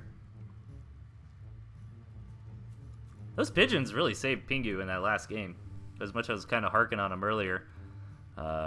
Specifically, well, Pingu ended up losing it regardless, but that one engagement where he had the Falcon getting triple healed by the pigeons, I mean, that was definitely keeping him in there.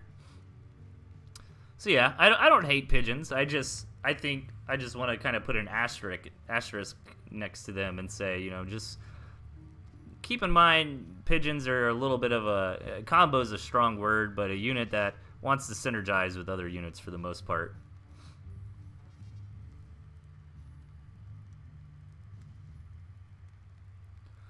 8 farm openings from both players here. Map looks decent. I like it better for Moose for sure, but it's fine for Pingu, at least into 2-base play. 3rd base would be a little tough for him. A couple mines going down here from the Moose. Ooh, okay. I thought Pingu was going to keep moving forward, so not going to see these mines. Oh, yeah, no, he gets to see them, so that's huge.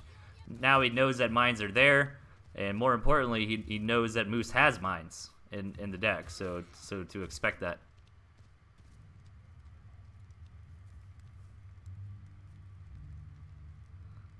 Lots of tier 1 from both players.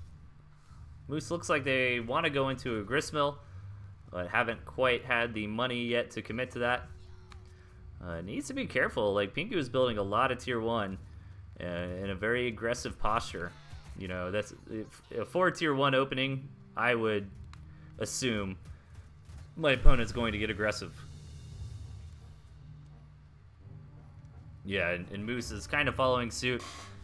This is actually pretty nice. I don't mind this gristmill. Like, he's keeping up with the tier 1 count, and he's got plenty of mines right here if Pingu tries to get fresh and attack in. Yeah, Pingu gonna go ahead and throw down that tier 2 warren. Gets a campfire as well, so Pingu's in a nice spot to do a kind of, you know, extended 1-base push with this campfire helping to give a little bit of extra juice to it.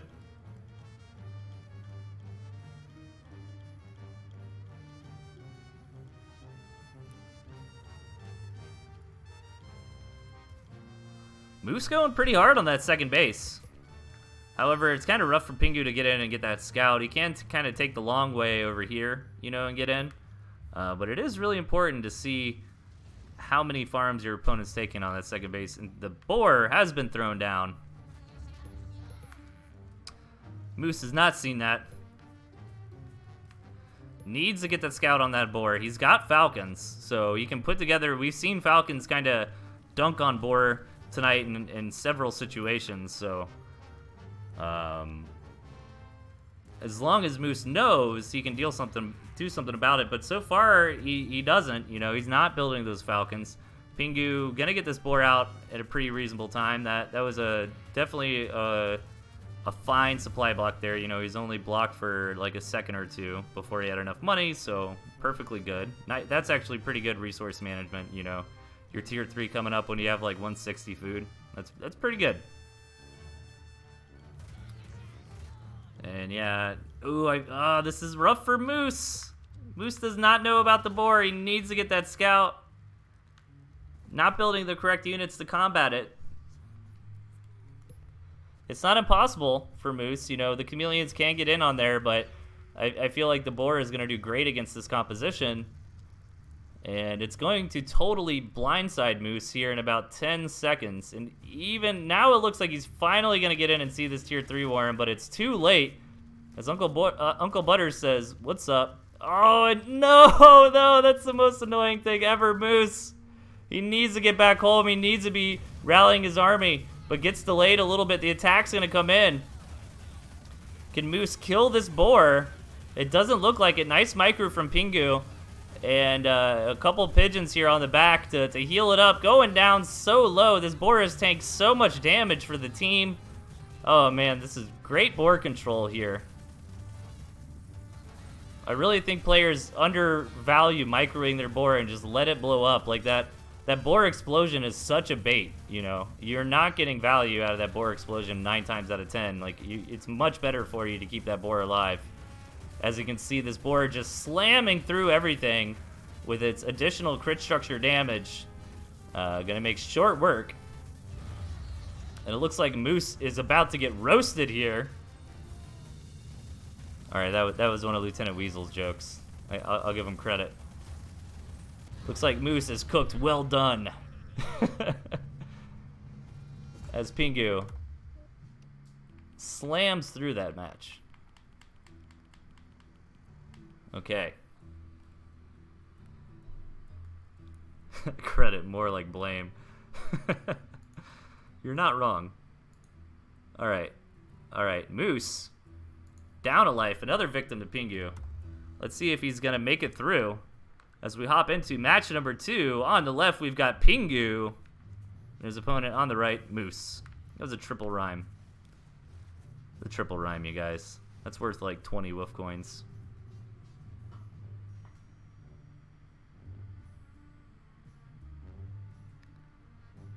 Alright, let's see what's happening here. Map looks fine. Again, Pingu's got a cabin there. Moose has pretty good, you know, expansion potential. Pingu can't complain either. Really, you know, Moose played fine, but they just kind of played passively. It didn't quite get in the scouting information they needed. Like, they were keeping a good eye on the second base of their opponent, but couldn't quite get into the squishy underbelly of the main base and see that juicy tier 3 Warren. And I feel like if Moose did, then they probably could have responded correctly to it. You know, the Falcons were in the deck, and if they would have went 4 Falcon instead of 4 Chameleon, they might have been able to burst through that army.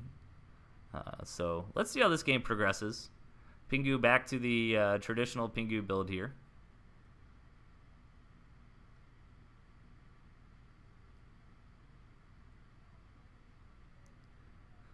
Eight farm double from both players. I might do a little fast forwarding if it's going to be passive here, getting into the mid game. So Pingu still just going up on tier 1. I'd like to see him just grab that cabin. It looks like what he's setting up to do. Is he going to lose a squirrel? Loses 1 squirrel. It's fine.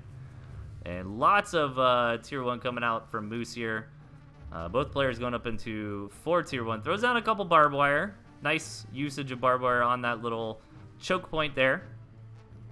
But, you know, not super necessary. I feel like barbed wire builds fast enough where they could kind of build it reactionarily if they needed to. But it's not a big investment, you know.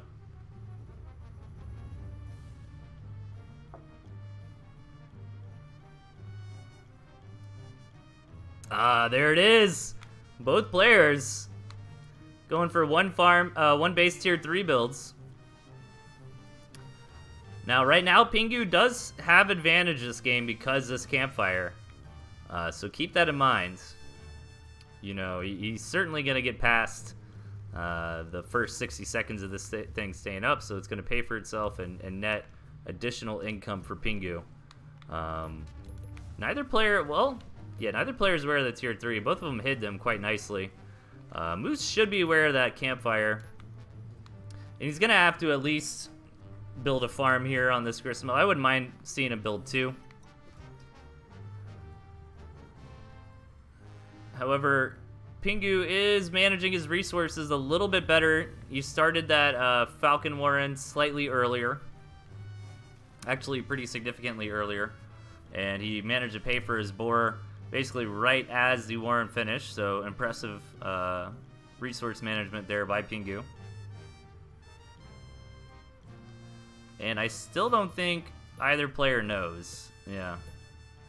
So both of them think they're being sneaky, where they're really building into the same things, essentially. But I like Pingu's position better here. He got that cabin up really early. He kind of was a little bit more experienced on his managing his resources and dealing with throwing down the tier 3 and being able to put down a tier 2. So he's got a boar now, and he's got a couple Falcons in the sky and a few more on the way. So let's see if he decides to push out. Moose's boar is here as well. So really similar armies here, but Pingu does have an advantage in this fight.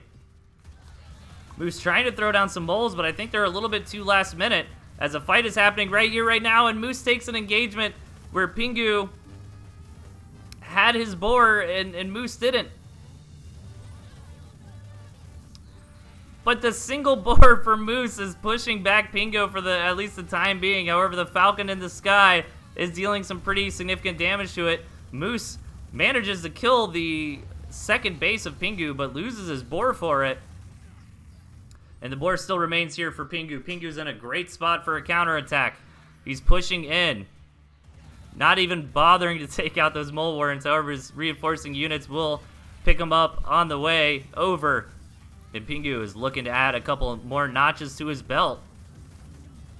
of hearts that he's stolen from nerds.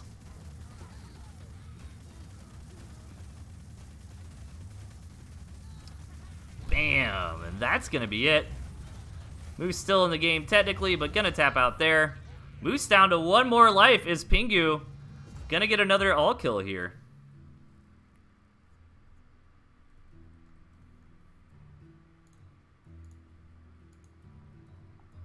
Let's find out. All right, in the bottom, we've got Pingu. And his opponent up top, Moose. Swapping out those moles for lizards this time. And that's kind of fool me twice situation here. You know, Pingu has gone for a quick boar timing attack both of these matches. So is Moose going to expect it this time around? You know, maybe try to just spam tier 1 and hit while Pingu's vulnerable. Maybe try to build up a bunch of falcons. Maybe try to harass with a bunch of lizards. Looks like we're going to have 8 farm openings. Pingu's got a nice spawn. He's got a cabin again, and he's got a nice little second base, and even another cabin right there. Yeah, he's got high ground outside of his base, but it's going to be pretty easy for him to expand into this area and kind of claim all of it, you know. Meanwhile, Moose has a fantastic spawn. Like, you can never be... It's what I call the castle. You know, when you got 4 gristmills like this. You never be upset when you got a castle like that. And he's even got a campfire over here you could take if he wanted to try to get crazy on a 1 base all in. So let's see how these players want to open up. The lizards here are cool. Adds a little bit more harassment capability here from Moose. But unfortunately, Pingu's kind of spawned, or at least unfortunately for him, he's kind of spawned nice and tight in this corner. You know, the lizards really want multiple attack paths to be able to come in and abuse, you know, pick off warrens or pigs on the outskirt of the base, stuff like that. And Pingu's kind of settled in nice and tight here. Doesn't really have anything like that. I could say kind of, you could like, oh, try to run in like that, but that's really all in. You wouldn't be able to escape if you did that. Ooh, Moose is going to jump on these squirrels. He needs a target fire. He's wasting a little bit of DPS on the warrens there. Yeah, it's always rough attacking into warrens, and I think he could have traded better there with some target fire. But those lizards hitting those warrens, like every little bit of damage really, really matters in scrappy skirmishes like that. So nice little victory for Pingu. He's got to be feeling good in this game. Moose wants to continue to be aggressive, though. He's going to bait Pingu to taking a fight out in the open where the lizards are a little bit more comfortable, and does better that time. But again, with the defender's advantage for Pingu, with the reinforcing squirrels getting there very, very quickly, that was still rough for Moose. I feel like he did trade decently there, but you know, it's kind of snowballing in Pingu's advantage since Pingu won that first engagement so hard.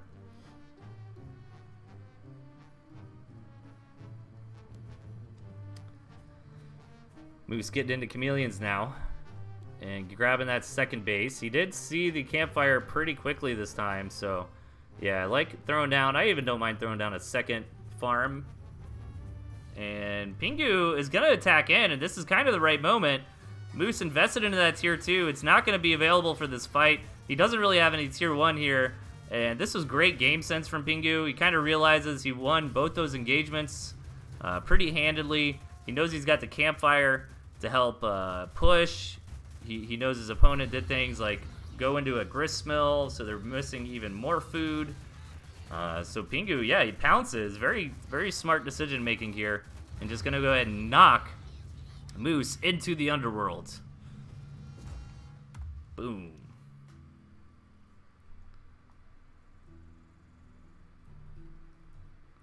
Okay, so Moose.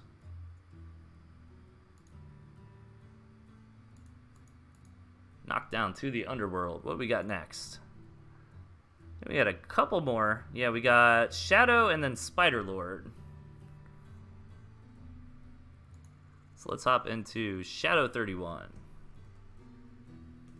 Shadow's a long-time player. I think I remember seeing Shadow around since the early days, post-launch.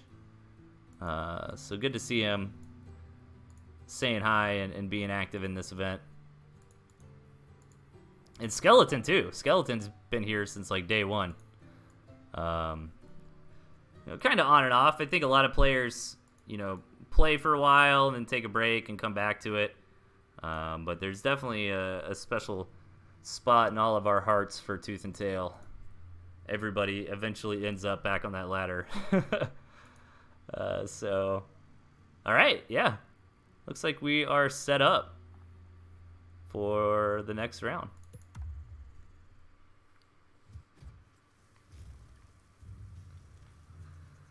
All right, to the left, we've got Pingu. And his opponent to the right, Lore Friendly, aka Shadow 31. I did not know Lore Friendly was Shadow 31. I was not aware of that.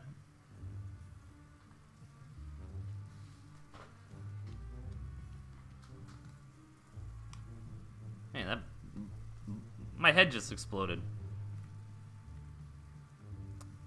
All right, so I might actually change. Well, I think he's registered as Shadow 31 in the tournament, so I think it makes sense to keep that on the scoreboard. All right. All right. Crazy map. Pingu has the second base. Looks a little bit better here for Shadow with the pocket. He's got a lot of options for gristmills on the map. I would love to see Pingu do something crazy, like try to take this mill and set up turrets and stuff, but that would be a little insane indeed.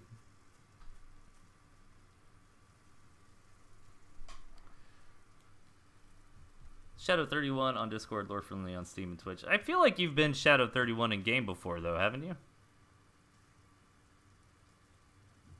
Or am I crazy? Maybe I'm crazy. He was. Okay. I'm not crazy. All right. Nothing. Speaking of crazy, no nonsense just yet in this game. Nobody has really made a big decision yet. Kind of going on to that third tier 1. Let's see who wants to drop a tier 2, or if we're just going to get a ton of tier 1. That could definitely happen as well. Lots of options. Kind of waiting. This is kind of like, okay, there we go. This is like after Protoss takes a cybernetic score, That's kind of the phase of the game Tooth and Tail's in when it's like 8 farm double tier 1 opening. It's like, that's like right when the cyber core got done. So it's like, how are you gonna do it? Now we're waiting on the big decision making. And Pingu just rolling with tier 1. Both players are. However, Shadow gonna try to take this gristmill. I love it. This is basically gonna contain Pingu in if he's able to establish it here. Putting together a Squizzard composition and following it up with chameleons is Lore Friendly, aka Shadow.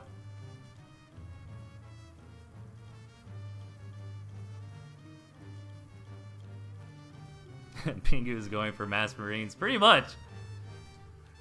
God, so many squirrels. If Pingu strikes now, he's gonna catch Shadow with his pants down a little bit, as the tier 2 he invested in is not here. Shadow invested in a gristmill and a farm. Pingu has a very huge army advantage moving into this fight.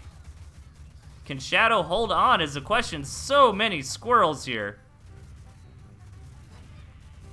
Did he get to sell? Hang on. Yeah, I think he did. Yeah, he did sell that farm. But I don't know. This is so much damage. Shadow.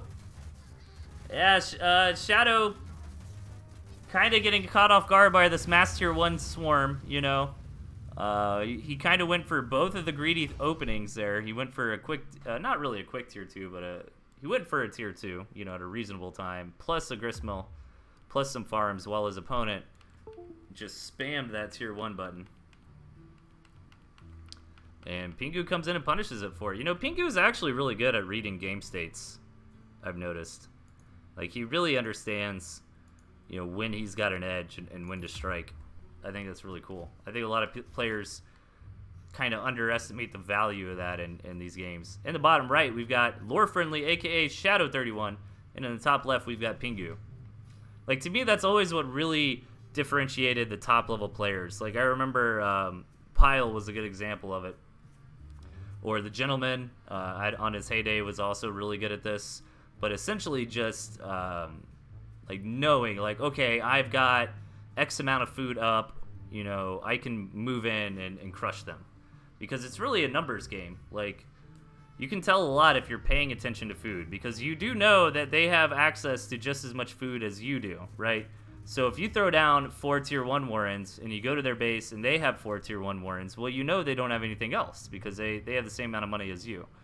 But whenever a player can really identify it, that was like a build order win from Pingu there. Not a blind build order win. Build order win makes it sound like he didn't earn it. He certainly did earn it. But that was a win because Pingu knew, okay, I've been doing nothing but build tier 1. My opponent's invested in eco. My opponent invested in tech. I've got this window where I can get in and get something done. And if Pingu didn't attack right then and right there, then Shadow would have been massively ahead moving into the mid game. So timings are very critical.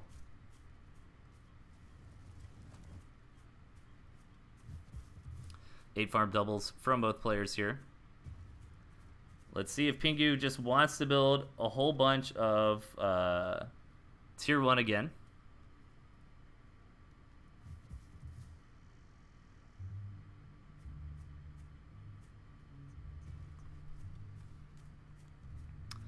Lore Friendly doing the 8 farm, double tier 1 into tier 2, into more tier 1 build I was talking about earlier. Very tried and true, very standard.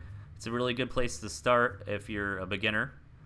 And certainly if you're an expert player too. I don't mean that as in Shadow's doing something beginners do. I just mean it's a smart move. Now, this should be fine. I think Shadow holds this just fine. This is really bad for Pingu. You know, Pingu tried that same situation, but the 4 farm opening doesn't work against this because of defender's advantage.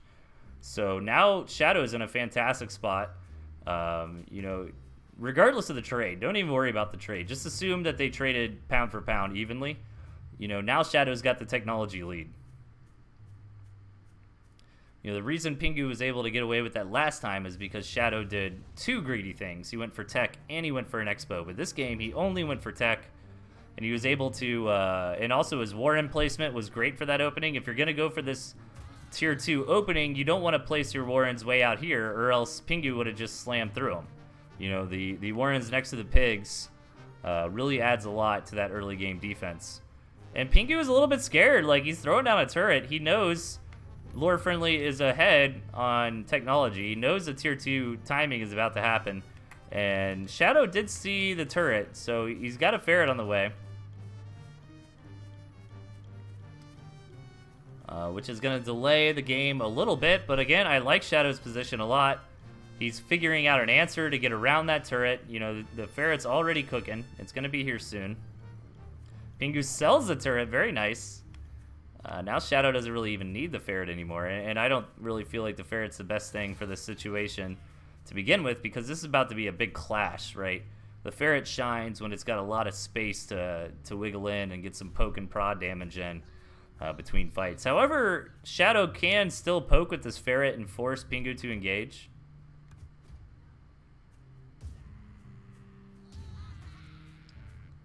Needs to be careful, though. This bush right here might create a concave versus convex scenario if Pingu tries to come in or Lore Friendly tries to get around it. All right, Pingu moving forward. Here's the big engagement. Who's going to be able to target fire down the opponent's tier 2? Nice target firing from Shadow. He ganks both of those Falcons very, very quickly and keeps one skunk alive. Shadow is in a fantastic spot, pushing into Pingu's base. And Pingu with just no army left. This looks like Shadow is about to move on. Drops the game against Pingu, which again is respectable, you know. And Pingu's been kicking ass pretty consistently this tournament, but he manages to get through with 2 lives left. He's still in a good spot. Very nice. I think that pair of games is actually really good for learning.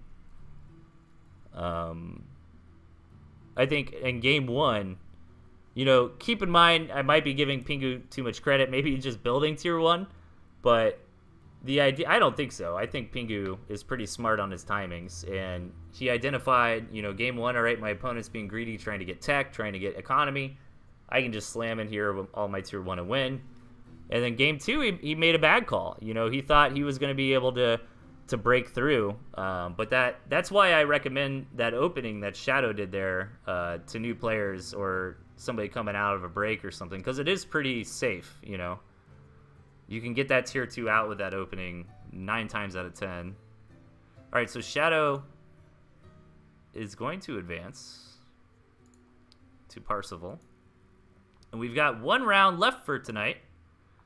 Pretty good time. I typically like to do 2-hour shows, and it looks like that's right where we're going to get to tonight, so that's perfect.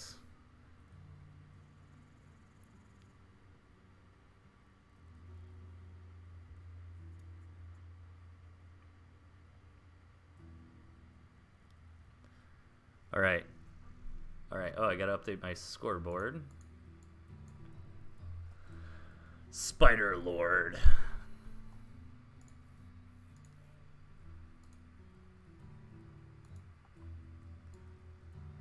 Sounds like a power metal band. I dig it.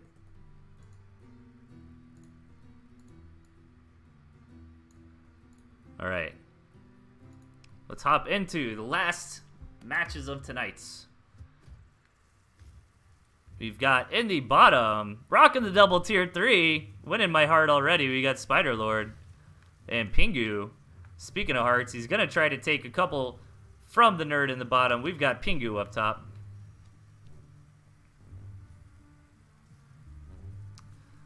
Fox Badger. Now, typically, we don't see Fox Badger paired together because they're both micro-intensive units.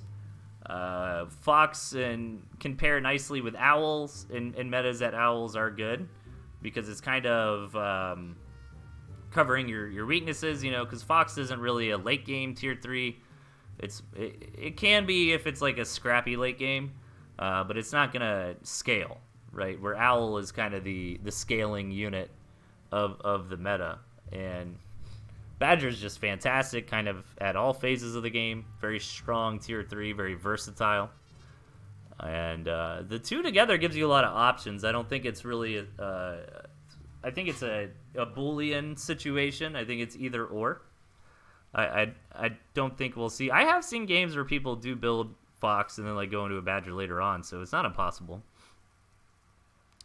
But you're giving up one of your deck slots to fit in a double tier 3, right? And that is a big deal. Spider Lord's hoping the Snake is going to be able to buffer through the mid game for him.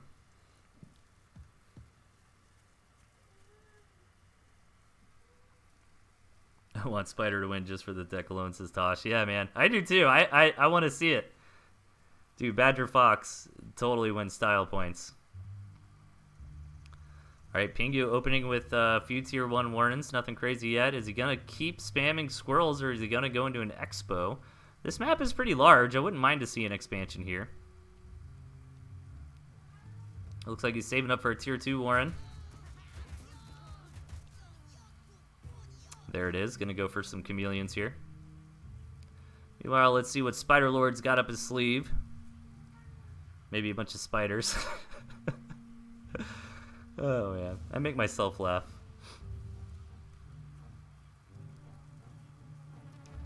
All right, chameleon's on the way. Expansion here for Spider Lord. Going to try to pull ahead in eco. Is there a little attack path? No, these bushes here are getting in the way.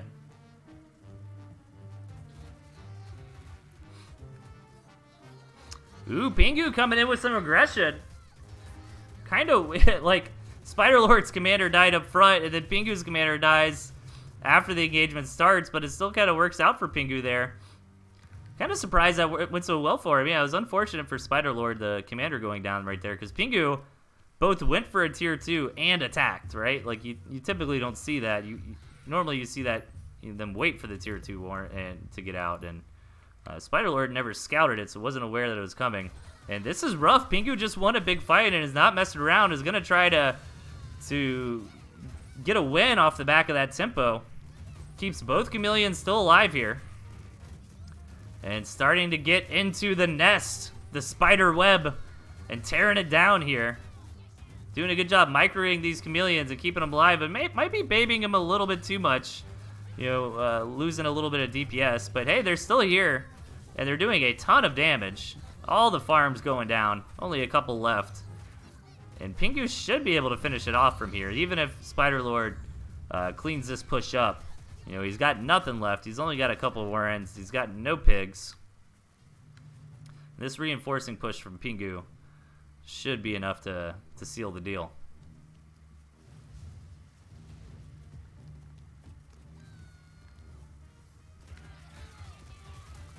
Spider-Lord gonna try hang on as best he can, but gonna have to tap out. No, he actually goes down with the ship. Pingu, gosh, Pingu is just slaying. Slaying left and right. We need a Pingu meme, man. We need to get that TNT meme channel lit. I want to see some Pingu Slayer memes. All right, match number 2. In the left, we've got Pingu. His opponent to the right, we got Spider-Lord. Not giving up on the Badger Fox. Tweaks the deck a little bit, drops the squirrels completely. Says, I don't need squirrels. Grabs a balloon and decides to switch over to Falcons, so.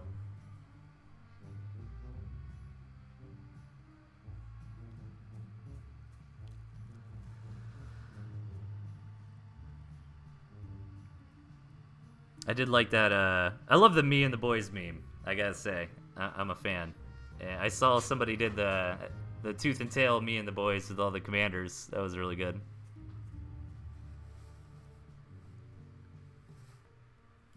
All right, let's see if Spider-Lord here can figure out a way to come back in this game. This high ground outside of poor Pingu's base is so abusive. Like, there's no ramp there at all. Like, luckily for him, Spider-Lord doesn't have ferrets or something, but that'd be so dank to see Spider-Lord, like, take this gristmill, get a balloon up right here or something. That's not going to happen, but I can dream. I can have dreams.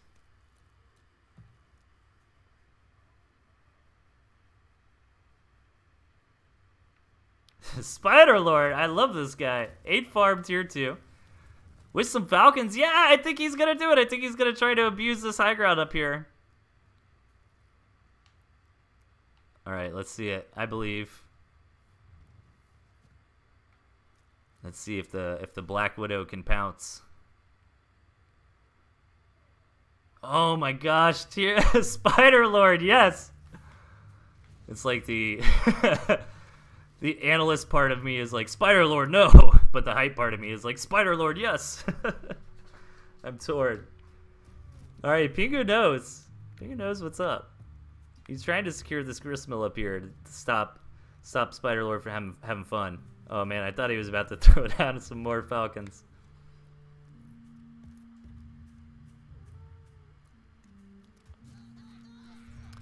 All right, he's putting together an Air Force. I want to believe, you guys. I want to believe. Spider-Lord, can he do it? Oh, these Falcons with no supporting units on the ground are just getting shreked upon here.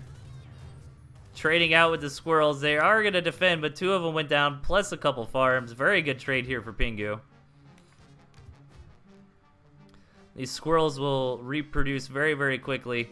We'll get a new army out in no time. Spider-Lord. Yes, Spider-Lord.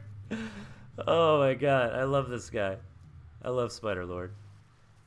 He's my hero. This Badger is not what you need, however. As Pingu is very correctly in a tournament setting, shutting down Spider-Lord, who's doing some very crazy things.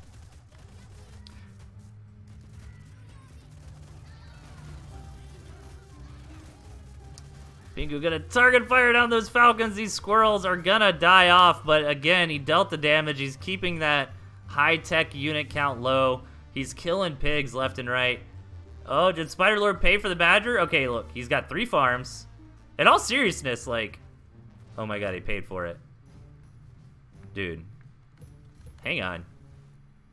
Okay, Pingu knows the tier 3. Pingu is not going to sit around. Yeah, if Pingu doesn't attack, like, right now, like, if this Badger gets out, like, Spider-Lord has a really legit chance of winning this.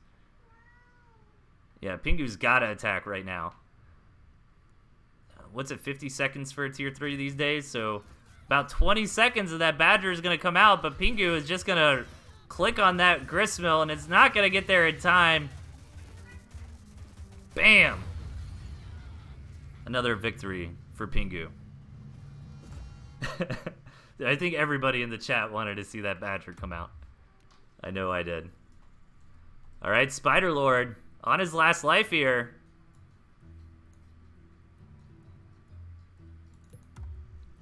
Let's see if he can make it to duel number 2. In the bottom, we've got Pingu. And his opponent up top, Spider-Lord, changing his deck again this game. Still wants those double tier 3, and he likes the Fox. He wants the Fox plus another option. So, like, you can still tier 3 rush, especially with turrets. Like, if you have the right spawn for it, like, you would need to spawn like Pingu's, and I feel like the best way to do it is the 8 farm double into a tier 3, into 2 more tier 1, and then you just really got to keep an eye on your opponent. And if you see your opponent's going to attack in, you build a turret. So if you're sharp on your timings, then you can sneak out a quick tier 1 and hold off most things. It's also dependent on your spawn. Like, it really helps when your spawn kind of like Pingu is. Where it'd be hard for your opponent to attack in, but I don't even know. I might experiment with it on the ladder and see if it's still a viable strategy or not. I kind of prefer the way we see players still get quicker tier 3s nowadays. Like we've seen Pingu do it a few times, where we'll get like a second base, build up a bunch of tier 1, get a tier 2 out, and then go into that tier 3, off like 2 or 3 farms on the second base. I think that's a good way to approach it. Probably better than the 1 base tier 3 build, because that at least has some flexibility, right? You're not in such a position where you gotta get damage done or be really far behind, and plus you can always flex out of that tier 3 if it gets scouted, or if your opponent starts putting together counters for it. You can simply sell it, build more farms, go back to business as usual. So nothing crazy yet. Nice couple mines here for Pingu. For Spider-Lord, I don't think Pingu saw them. And what's interesting about a player like Spider-Lord here, it's going to be hard for Pingu to read what he's up to. I mean, he's definitely a wild card. I think last game he got too baited by that juicy high ground outside of Pingu's base. Like, I think if he had ferrets or something, he could have tried to commit to that, but Pingu's not the kind of player. Pingu's really good on his scouting, and he's gonna punish you if he sees you doing something greedy. He's not passive. He's not gonna sit around and let us each kind of build up these armies and then have a fight around the 5 or 6 minute mark. At dawn. Let's all count to 10 and walk 10 paces. No, man. Pingu is gonna knife fight you in the bar. He's not messing around. Chameleon here. Pingu putting together a nice early to mid-game composition, a little bit of healing support, nice chameleons on the front line. Meanwhile, Spider-Lord just getting a couple mines out on the map. Yeah, all right, so he's going into a boar, but this could be deadly. Like, this is a hell of a push coming out. That mine hit was pretty great. Now Pingu's probably worried about additional mines. Yeah, this is rough. Again, we see this 1 base play. Like, Pingu's doing a good... I don't think Pingu scouted the tier 3 here. I think this is just kind of a shoulder check from Pingu. Like, he wanted to come in, hey, if my opponent's doing anything crazy, then I'm just going to win the game outright. If he's not, well, then Pingu can pretty easily transition into a second base and into a mid game. But Pingu just won a hell of an engagement there, and he's on fire at the moment. He's pressing in. He's still got both chameleons here at full HP. He's still got plenty of squirrels to support in the back. This tier 3 Warren this boar is never going to see the light of day. It is way too supply blocked at the moment. Pingu overextending a little bit, but he got so much damage in. I can't really hype this one up. Like, maybe if Spider-Lord sold off a Warren. Oh, no, the boar is on the way. Okay. Okay, I can hype this up. I didn't realize he had the boar paid for. So, he's not really mining anymore. I don't think he should even try to build farms. I think he's just got to win on this counter push. He doesn't have any pigeons, but he could, like, position himself into this water or something. You know, it's going to be hard for Pingu to deal with this boar. If Spider-Lord, he can't lose any units. He needs to back up. He can't take this fight without his boar. All right, no, Spider-Lord. Okay, now he's still got a boar, but the boar doesn't have any support anymore. Is it going to be enough? Let's see him roasty toasty all these squirrels. He's getting through them. And with Pingu, you know, YOLOing onto that gristmill there, that allows that boar to get everything basically for scot-free. He's thinking these chameleons can out-DPS the boar and kill this gristmill. Oh, with the supporting units. Oh, Spider-Lord. Oh, he's got like 1 HP left on the gristmill, but it goes down. And Pingu, with another win, another notch on his belt there, takes out Spider-Lord, sends him to the underworld.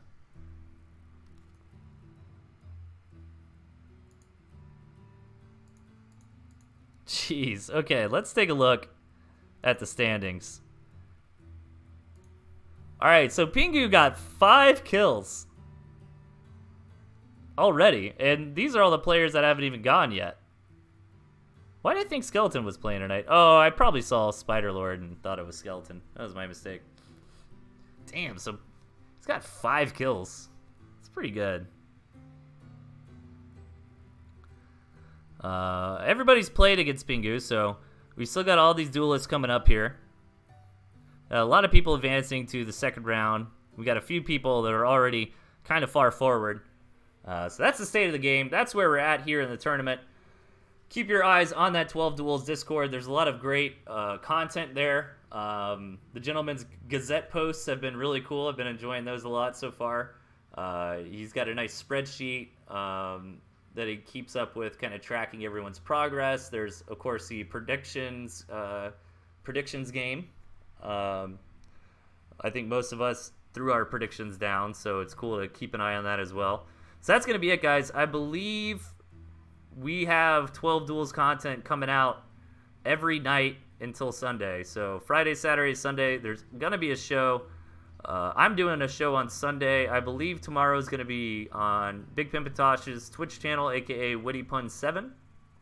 And I think Saturday is either Tosh or maybe Mishi. I know Mishi's going to try to squeeze in some streaming at one point. But I think it's mostly me and Tosh. And then we're trying to get some of the other guys like Jed or Mishi in whenever we can. So there you go. The Pickpocket, a.k.a. The Gentleman, is in the chat advertising the next stream. So great. So that's it, guys. We are going to call that a wrap. Thank you so much, everybody, for tuning in. It's always a pleasure. Play some ranked games. Have some fun. Hang out in the Discord. And until next time, have a good day. Enjoy yourself. Take care, everybody. We'll see you on Sunday.